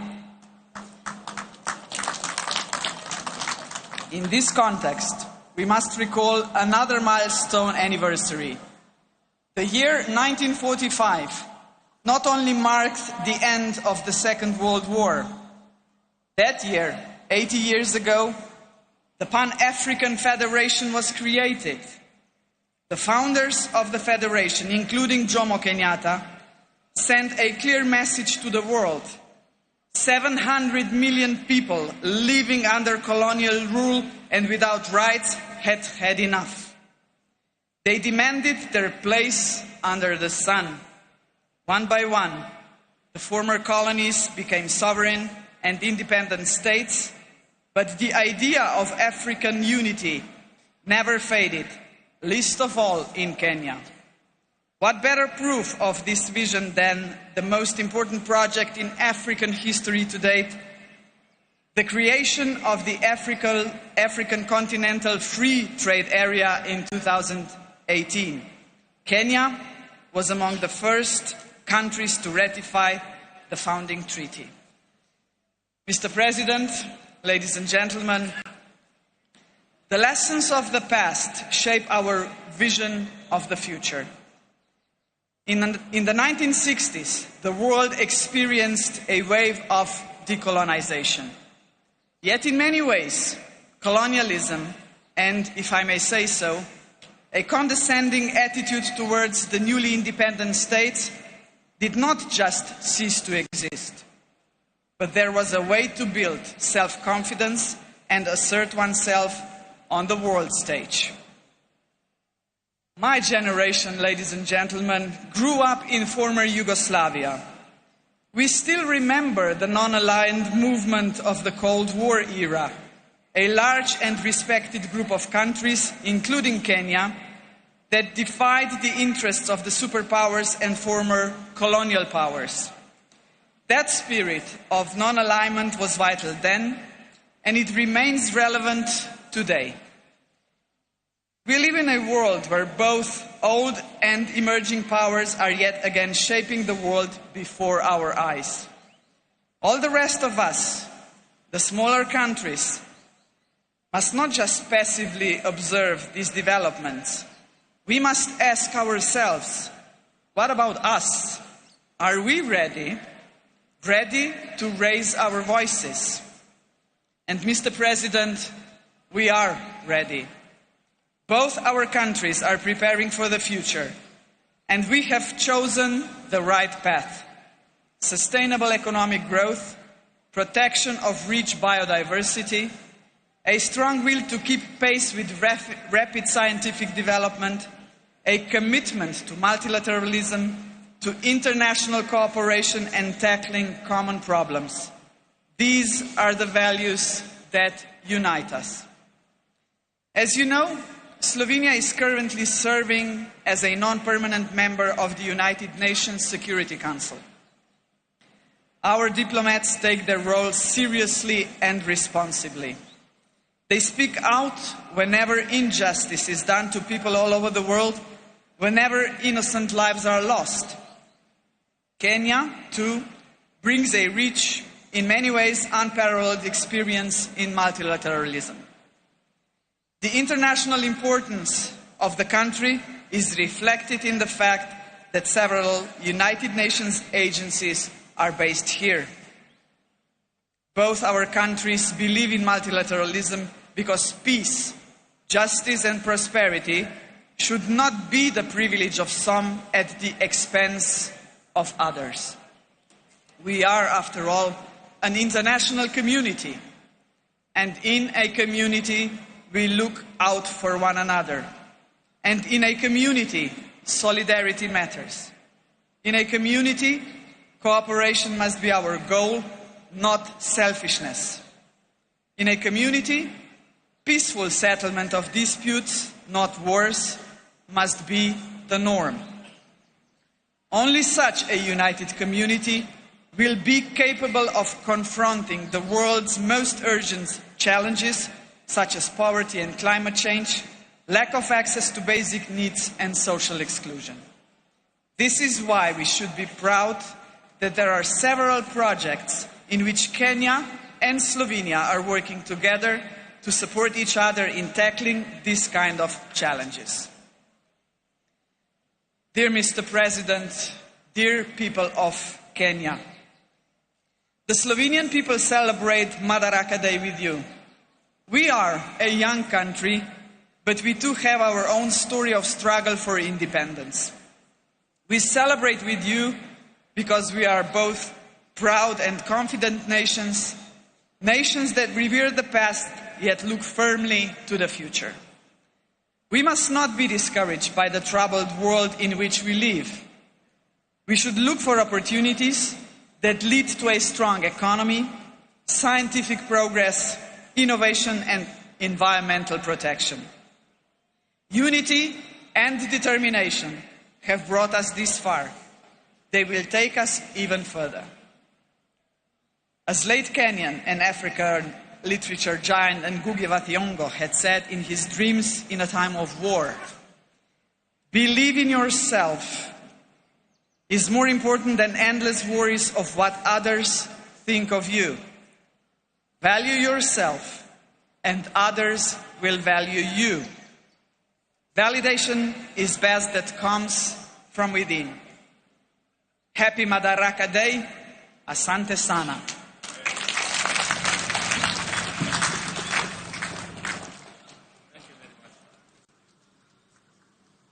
Thank you very much, Madam President. And thank you very much for that statement. Ladies and gentlemen, it gives me immense joy to be back in this county of limitless potential, Homa Bay. It has been 62 eventful years since we took this historic step towards full independence through our hard work, determination, and self-belief. We have defied odds, surmounted challenges, triumphed over adversity, and emerged as a modern democratic state whose government and economy are energized by the restless ambition of confident citizens. Our forefathers knew, as we do, that we, the people, are the foundation, the pillars, and the engine of this nation, and that only we can do the work of building the Kenya we want. More critically, we understand keenly that this country is our home and we have no other. This is why wherever they go all over the world, Kenyans never forget their homeland and vigorously contribute to nation building. We are acutely aware that although we have given a decent account of ourselves since the first Madaraka Day, we are quite far from where we ought to have reached. It is time for us to reflect on the state of our collective self-belief as a people, because without it, we lose all the opportunities that come with Madaraka. We all know that Kenya is not short of imaginative strategies and bold visions. In fact, so good are some of our plans that other countries have successfully implemented them and achieved impressive progress. Our biggest problem has always been one of implementation and execution. The faith to believe in our plans for change, the courage to execute, and the patience and focus to get it done. Some do not believe that we deserve the good that comes with positive change. Others think we are too poor or even in the wrong part of the world. Yet still, others do not want to see changes that benefit ordinary people or make life better for everyone. Today, ladies and gentlemen, I want to persuade the doubters that no one else is going to bring change except us, and that the only way to build the Kenya we want is by embracing change, however uncomfortable it may seem at first, and that we must possess the self-belief individually and collectively to approach our tasks boldly, confidently, and with determination in order to deliver new, more and better, sooner rather than later. Ladies and gentlemen, over 2.5 years ago, we embarked on an ambitious journey of national renewal powered by the bottom-up economic transformation agenda and rooted in the will and sovereign consent of the people of Kenya. Bottom-up is not just a mere slogan. Today, it is a lived reality for millions of Kenyans, transforming lives and reshaping destinies across the country day by day. This agenda is the expression of a deeper yearning among Kenyans to take control of their own fate and break free from a long history of hopelessness, dependence, and exclusion. This renewal of our commitment to deliver on the fundamental mandate of Madaraka is inspired by the enduring spirit of self-determination through which we vow to give ourselves not only what was denied us during colonialism, but also what every citizen and every human being deserves. That is liberty, dignity, security, and opportunity. Madaraka affirms our collective faith, shared across generations of Kenyan patriots, that through hard work, innovation, and resilience, our farmers, traders, young people, workers, and professionals will rise to the occasion. With the strength of our imagination and effort, we can and must transform this nation with the imagination of our own minds and the work of our own hands. I speak to you today with a deep conviction that our country is firmly on the path to stability and progress. We have weathered turbulent times, navigated serious challenges, and through courage, policy decisions pursued with resolve, we have not only stabilized our economy, but also charted a clear course to long-term prosperity. Since August 2022, Kenya has recorded an average annual growth of an average of 5%, outperforming the global average of 3.3% and the regional average of 3.8%. Just last month, the International Monetary Fund projected our GDP to reach US dollars 132 billion. That is 17 trillion Kenya shillings, making us the largest economy in our region and the 6th largest economy in our continent. At the same time, inflation has declined sharply from 9.6% in October 2022 to 3.8% in May this year, well below our target of 5% and bringing welcome relief to households and businesses. This reflects the strength of our economic fundamentals and the impact of our bold reforms. During the same period, the shilling appreciated by nearly 20% against the US dollar, from Kenya shillings 162 to Kenya shillings 129, making it one of the best performing currencies in the world. The central bank rate has decreased from 13 to 10%, lowering the cost of borrowing and spurring private sector activity. Additionally, our foreign exchange reserves now stand at US dollars 10 billion, extending our import cover from 2.5 to 4 months. Ladies and gentlemen, the affordable housing program stands as a powerful symbol of the socio-economic transformation underway across Kenya. Last week, I had the privilege of handing over keys to the first 1,080 social housing units in the new Mukuru estate in Nairobi. As I said then, while it was a life-changing moment for the new homeowners, it was equally one of the most profound and consequential days in my political career to witness how a deliberate government policy can uplift lives, restore dignity, and offer hope to communities that have long lived on the margins of our society.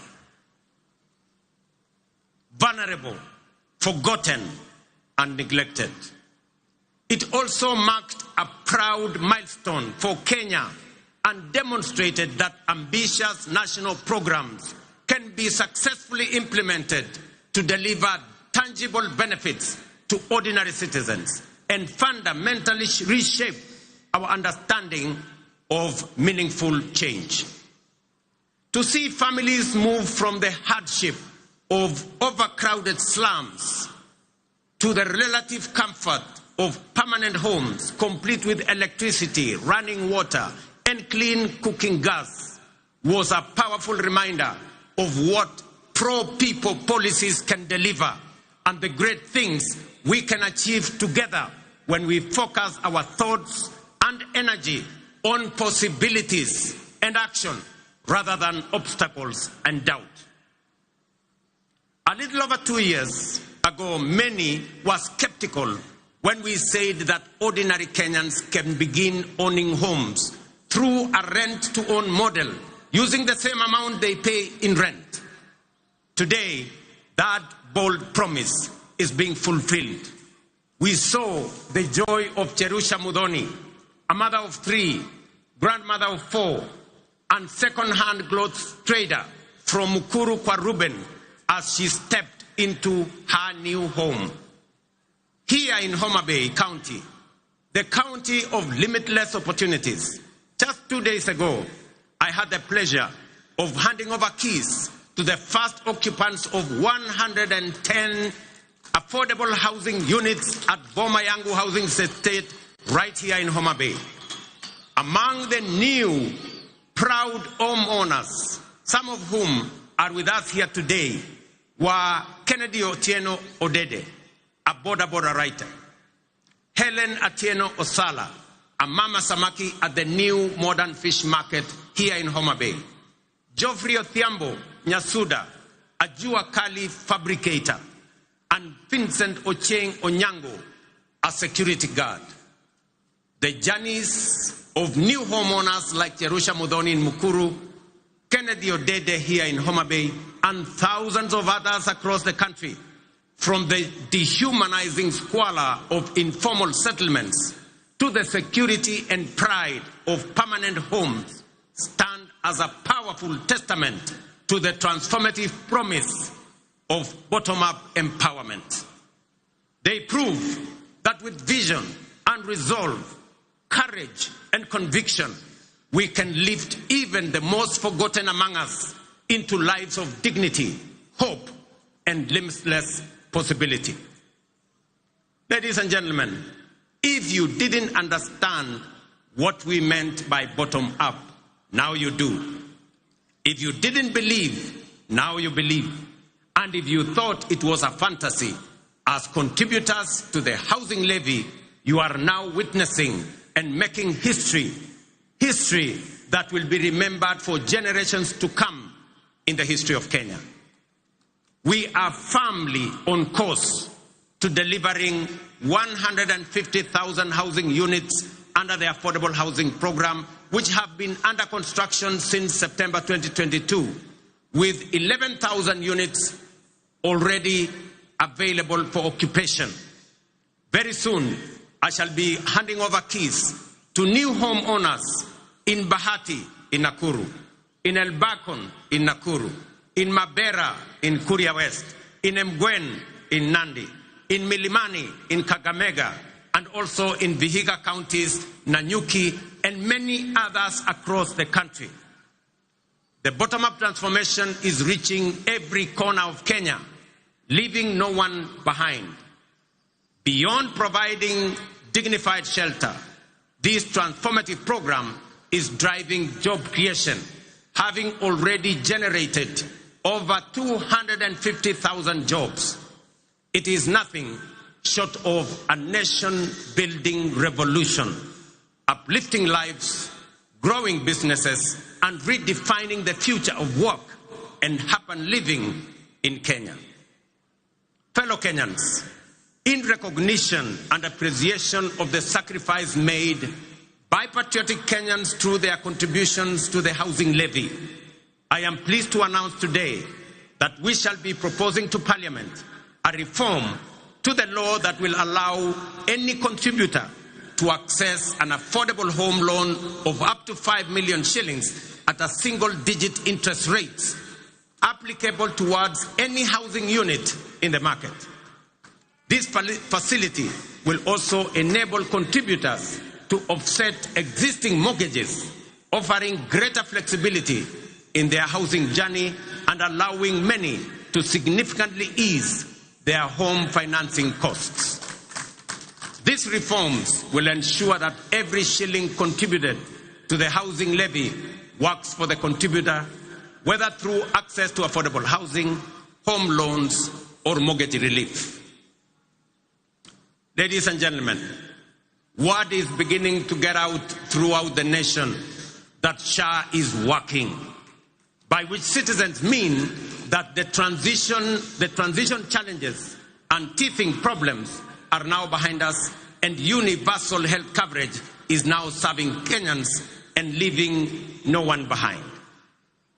Since the rollout of Taifa Care in October 2024, 23 million Kenyans have so far registered with the Social Health Authority, a resounding vote of confidence in our reformed healthcare model. We are now recording an average of 50,000 new registrations every day, a clear testament to the fact that Kenyans have embraced a system designed to guarantee access to quality, affordable, and dignified healthcare for all of us. In just 8 months, SHA has disbursed Kenya shillings 43 billion in claims to facilities, with 4.5 million Kenyans having received treatment fully covered by SHA since its inception. For the first time in Kenya's history, under SHA, citizens can access free emergency services in all facilities funded by the government through the Emergency Critical and Chronic Illness Fund. This groundbreaking reform is eliminating the burden of mandatory deposits demanded by hospitals, especially during emergencies. To sustain this momentum, the government has allocated sufficient resources to fully fund primary healthcare services. Every registered Kenyan can now access care in public and SHA-contracted facilities at no cost. Taifa Care is universal in both word and deed. These healthcare services deliver transformation goes beyond the magnitude of numbers or of new beneficiaries to real impact on citizens. SHA is settling payments promptly, ensuring that no Kenyan is turned away due to lack of funds. Additionally, to expand access to comprehensive inpatient care, the Social Health Authority is prioritizing the enrollment of all Kenyans with a particular focus on those in the informal sector, many of whom were previously excluded under the now defunct National Health Insurance Fund. Although informal households account for approximately 80% of the population, they have historically faced significant barriers to access health insurance. So far, 1.7 million informal sector households have successfully enrolled and paid for social health insurance, a record achievement representing the highest number of informal sector enrollment in a single year in the history of Kenya. To address persistent challenges such as irregular premiums and other contributions among informal sector workers, we are introducing an innovative and inclusive payment solution called Lipa SHA Pole Pole or Lipa SHA Mosmos. This initiative enables Kenyans to remit their annual SHA contributions through flexible, manageable installments, whether monthly, weekly, or even daily, based on their financial ability. It ensures families maintain continuous health coverage without financial strain, while simultaneously promoting the sustainability of the health insurance fund. Lipa SHA Pole Pole has been made possible through a strategic partnership between the Ministry of Health, the Ministry of Cooperatives and MSMEs, mobile network operators, and financial institutions through the Hustler Fund. The system is simple and accessible to citizens. Citizens can dial *147# and follow the prompts to enroll and begin their contributions immediately. In addition to enhancing access to health insurance, we have prioritized the availability of essential medical equipment in public health facilities, moving away from the previous managed equipment services model, which placed maintenance and service delivery responsibilities solely on county governments. We have adopted a more efficient approach under the National Equipment Supply Program. Under this new model, the national government, working in collaboration with county governments, engages directly with equipment manufacturers and suppliers to deploy critical medical equipment based on county-specific needs. Payments are made on a fee-for-service basis aligned with the gazetted SHA tariffs. This output-based financing mechanism ensures that facilities are reimbursed only for actual services rendered, thereby enhancing accountability and guaranteeing the availability, functionality, and quality of medical services across public health institutions in our republic. I urge every Kenyan to take charge of their health by enrolling with the Social Health Authority so that together we can end the heartbreaking cycle where families are forced to auction their livestock, sell their land, or part with their life's possessions just to afford medical care. No Kenyan should choose between life-saving treatment and their dignity. Let us unite to build a healthcare system rooted in dignity, equality, and compassion, a system where access to care is a right, not a privilege for a few. Ladies and gentlemen, you will agree with me, fellow Kenyans, that the remarkable progress we are making in both affordable housing and Taifa Care has been made possible by the solidarity, trust, and commitment with which Kenyans have participated in and contributed to the realization of radical positive change on an unprecedented scale. The evidence before us of real progress with real impact on people's lives should encourage and inspire us to do even more together with greater confidence and to turn Kenya into the country we all aspire to belong. I extend my deepest gratitude to millions whose housing levy contributions are restoring dignity to fellow citizens who may never have had a dream of owning a decent home.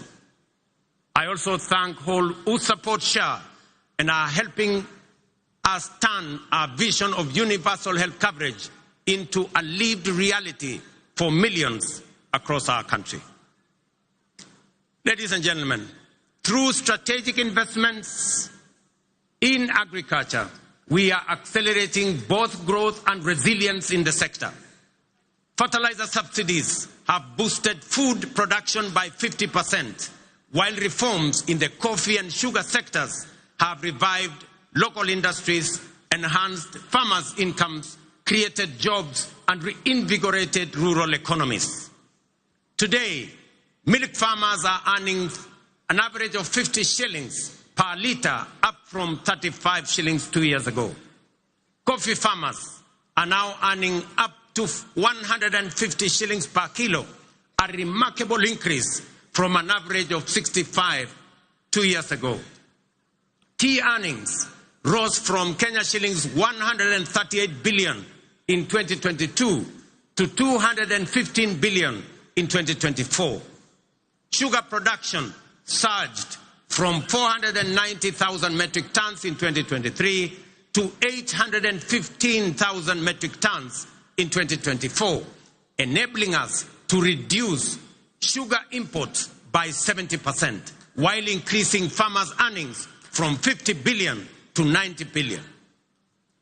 We have intervened with consistency and focus to ensure sugarcane growers receive fair returns for their deliveries and that they get paid in full and on time. To anchor these gains sustainably, we must recognize that increasing the efficiency of milling plants is central to farmers' interest. Efficient mills are more profitable and offer farmers optimal returns. Conversely, outdated mills, some of which run on plants that are over 50 years old, recover only 1 ton of sugar from nearly 20 tons of cane, shortchanging our growers and robbing them of their sweat. In this connection, the recent competitive leasing of 4 state-owned factories, Nzoia, Chemelil, Sony, and Moroni is another strategic step to inject efficiency, restore profitability, and safeguard farmers' livelihoods. Our goal is to modernize the mills, ensure prompt payment to farmers, workers' salaries and wages, and transform these once struggling factories into productive and sustainable enterprises. For years, these factories were a financial burden on the exchequer, surviving only on repeated taxpayer-funded bailouts while failing to pay farmers and workers. The government of Kenya has acknowledged its limitation in managing these mills. Let it be clearly understood that neither the factories nor their assets, including land, have been sold. They remain public property, leased under strict terms to private sector players to deliver shared value and revive the industry for the benefit of farmers, workers, communities, the sector, and the nation.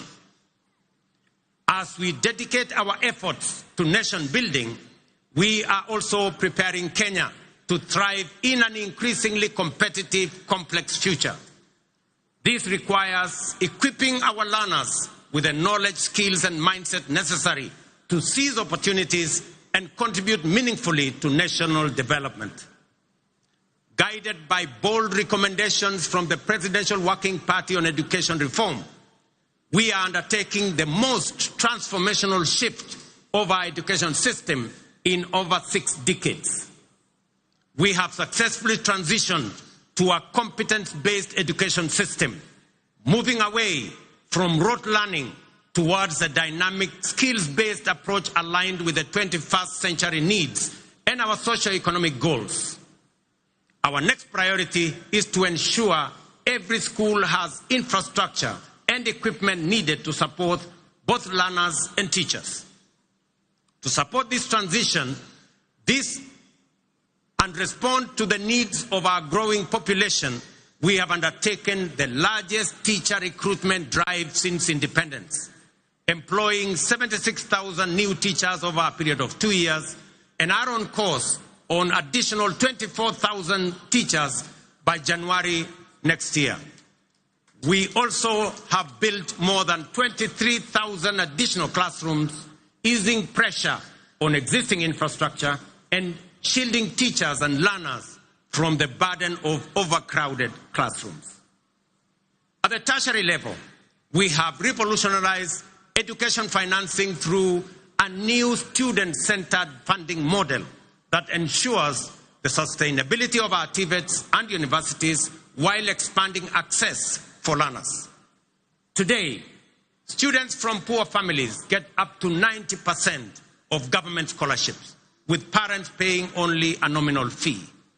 In recognition of the transformative power of technical and vocational education and training, in tackling pressing socio-economic challenges such as youth unemployment, skills gaps, and poverty, the government is aggressively scaling up investment in technical training.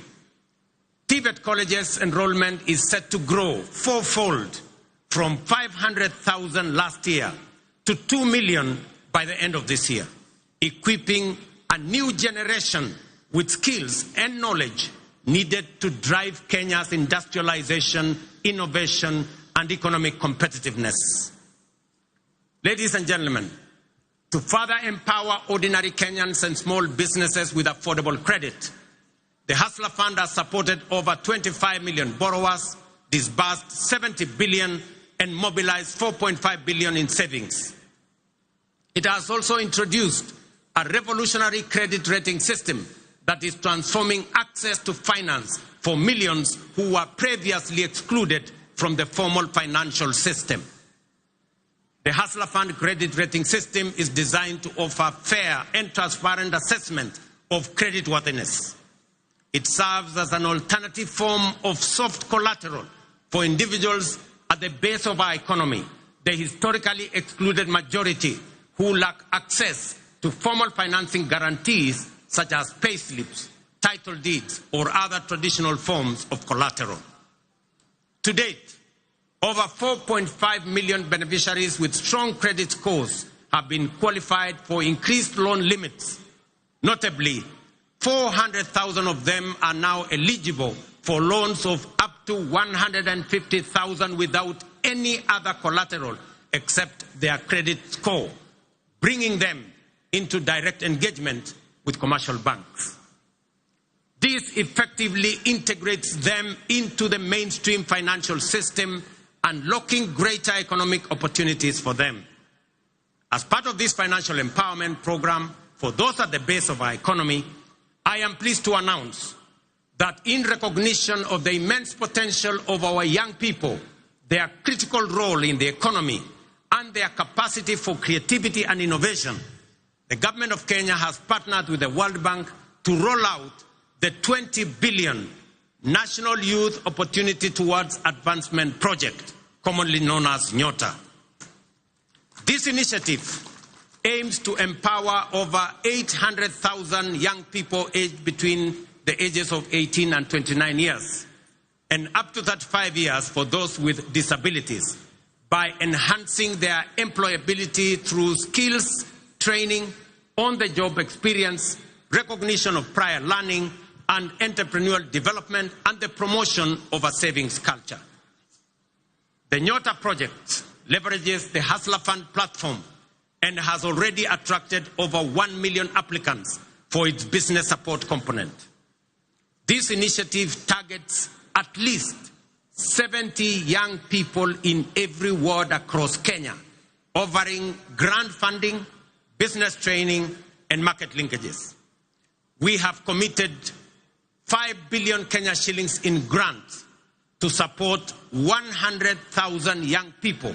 Each will receive Kenya 50 shillings grant in seed capital to start their entrepreneurial journey by August this year. I am equally pleased to report to the nation that effective this week, we will commence the nationwide rollout of Climate Works, a bold and ambitious initiative aimed at engaging over 110,000 young people across the 47 counties in meaningful work that strengthens their nation's resilience, beginning with informal settlements. Launched last year in Nairobi, the program has recorded significant success and is now being expanded to the remaining 46 counties. Structured as a social protection program, Climate Works will engage youth to deliver vital public goods, including the construction of roads, the planting of trees, and the improvement of environmental sanitation within their localities.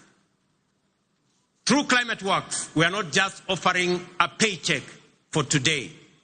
We are providing financial relief and a bridge to future opportunities, enabling young people to pursue their next steps, whether in launching a business, furthering their education, or stepping into long-term employment. So, vijana wa Homa Bay, mujipange, kuanzia next week, ile ilikuwa inaitwa kazi mtaani, sasa itaanza Kenya mzima, na vijana 110,000 watapata nafasi ya kushiriki katika kazi hiyo.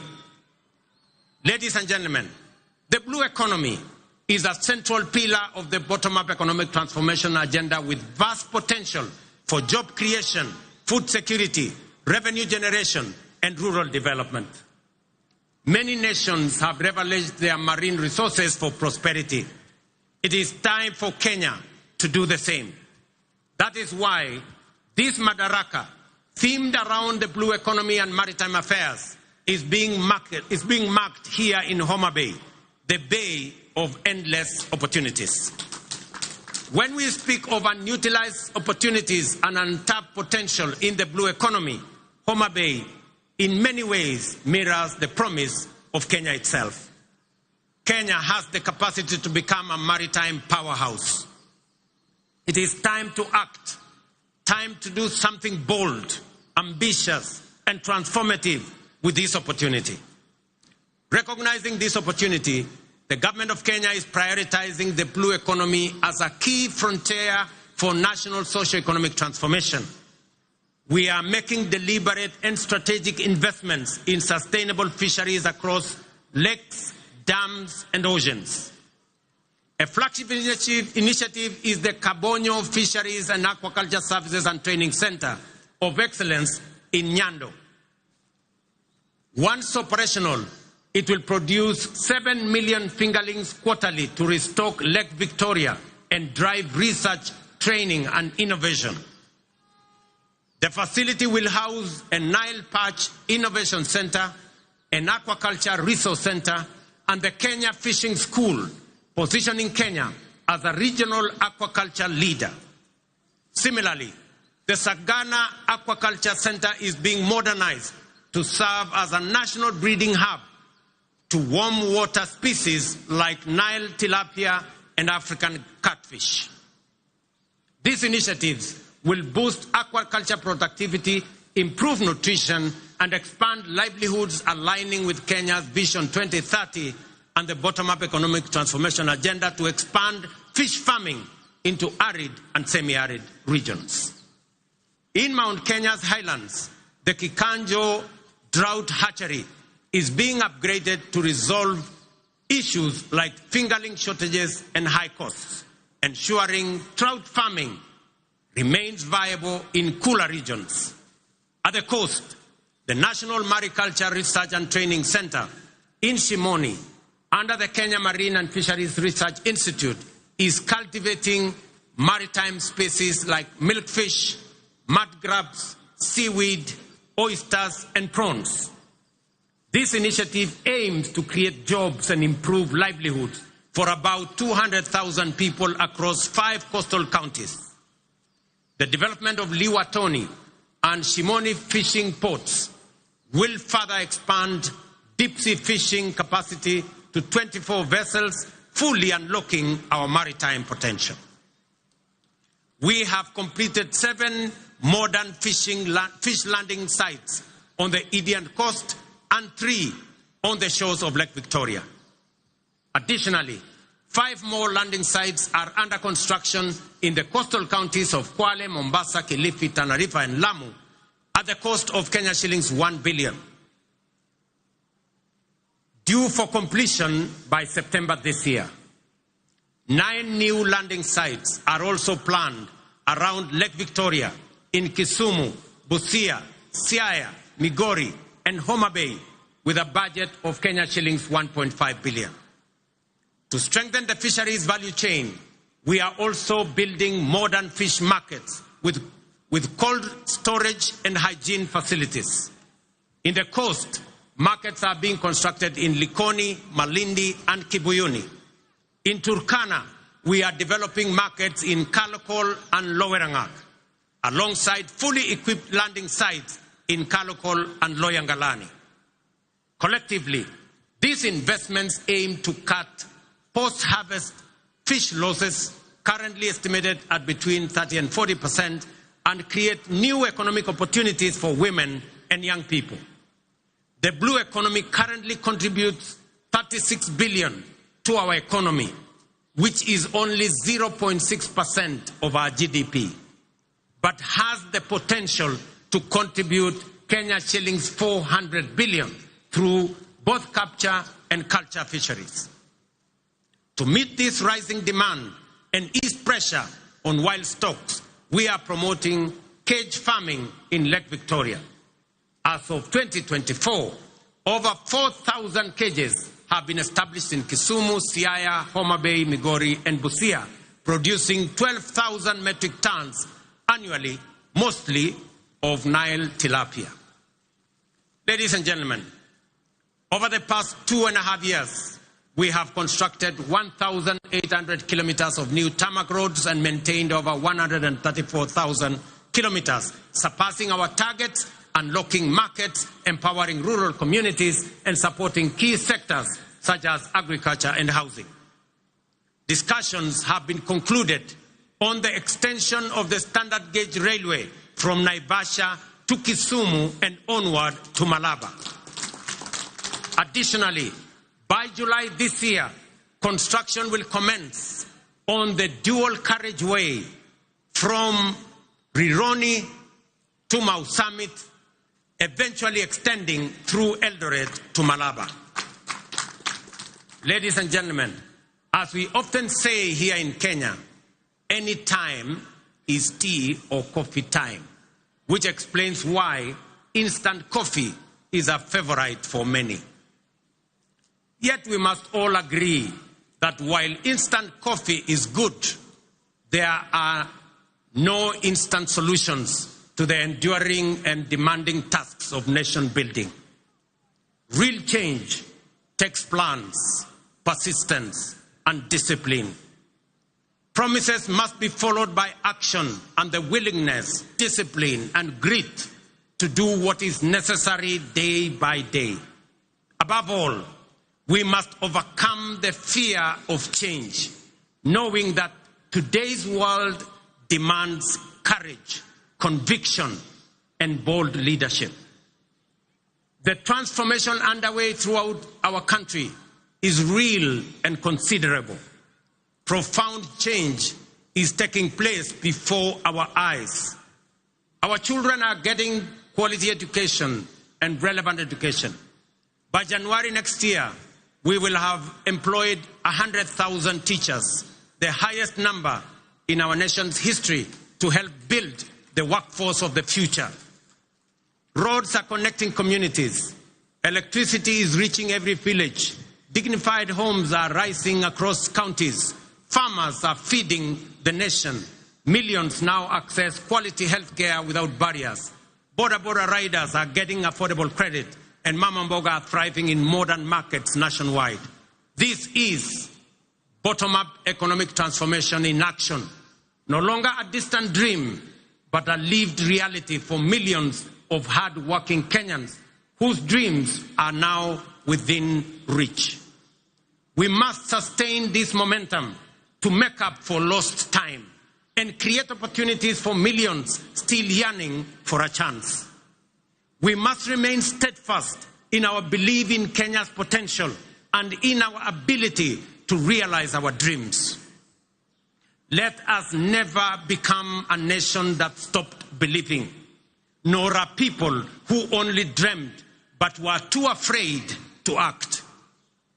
Let us move forward with the same spirit, honoring the vision of our founding fathers.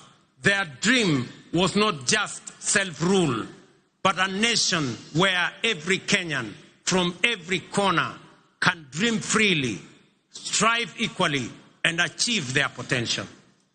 Today, we renew that promise to leave no one behind and build a Kenya where hope and opportunity are a right for all.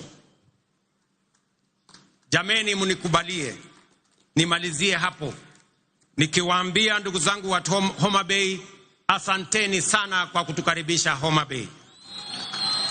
Tunawaheshimu, tunawapenda, na mimi nataka niwahakikishie safari hii tutatembea kwa pamoja. Nataka nimshukuru ndugu yangu mkubwa Mheshimiwa Raila Odinga aka Baba kwa kuunganisha pamoja na mimi taifa letu la Kenya. Tuondoe siasa ya chuki na ukabila na mambo ya kisirani. Tuwaweke watu wa Kenya pamoja kwa sababu umoja ni nguvu. Ndio mwimbaji mmoja hapa akatuambia, one waonge wasiwasi, one waonge watch, one wachodho mana teach. Alisema hakusema? Nirudie. One waonge wasiwasi, one waonge watch, one wachodho mana teach. Kwa Mheshimiwa Kindiki na Mheshimiwa Raila pengine hamuelewi hiyo lugha, inamaanisha hatuna wasiwasi, hatuna midomo mingi, tunachapa kazi. Ile kazi bila break ndio tunachapa. Ni kweli ama si kweli, watu wa Homa Bay? Tuendelee ama tuendelee? Mimi nasema asante sana. I thank you all. God bless you. God bless our great country, Kenya. Thank you very much. Asanteni kwa heshima, naomba sote tusimame kwa wimbo wa taifa na wimbo wa Jumuiya ya Afrika Mashariki. Waliovalia vyepeo visio rasmi tuweze kuzivua tafadhali.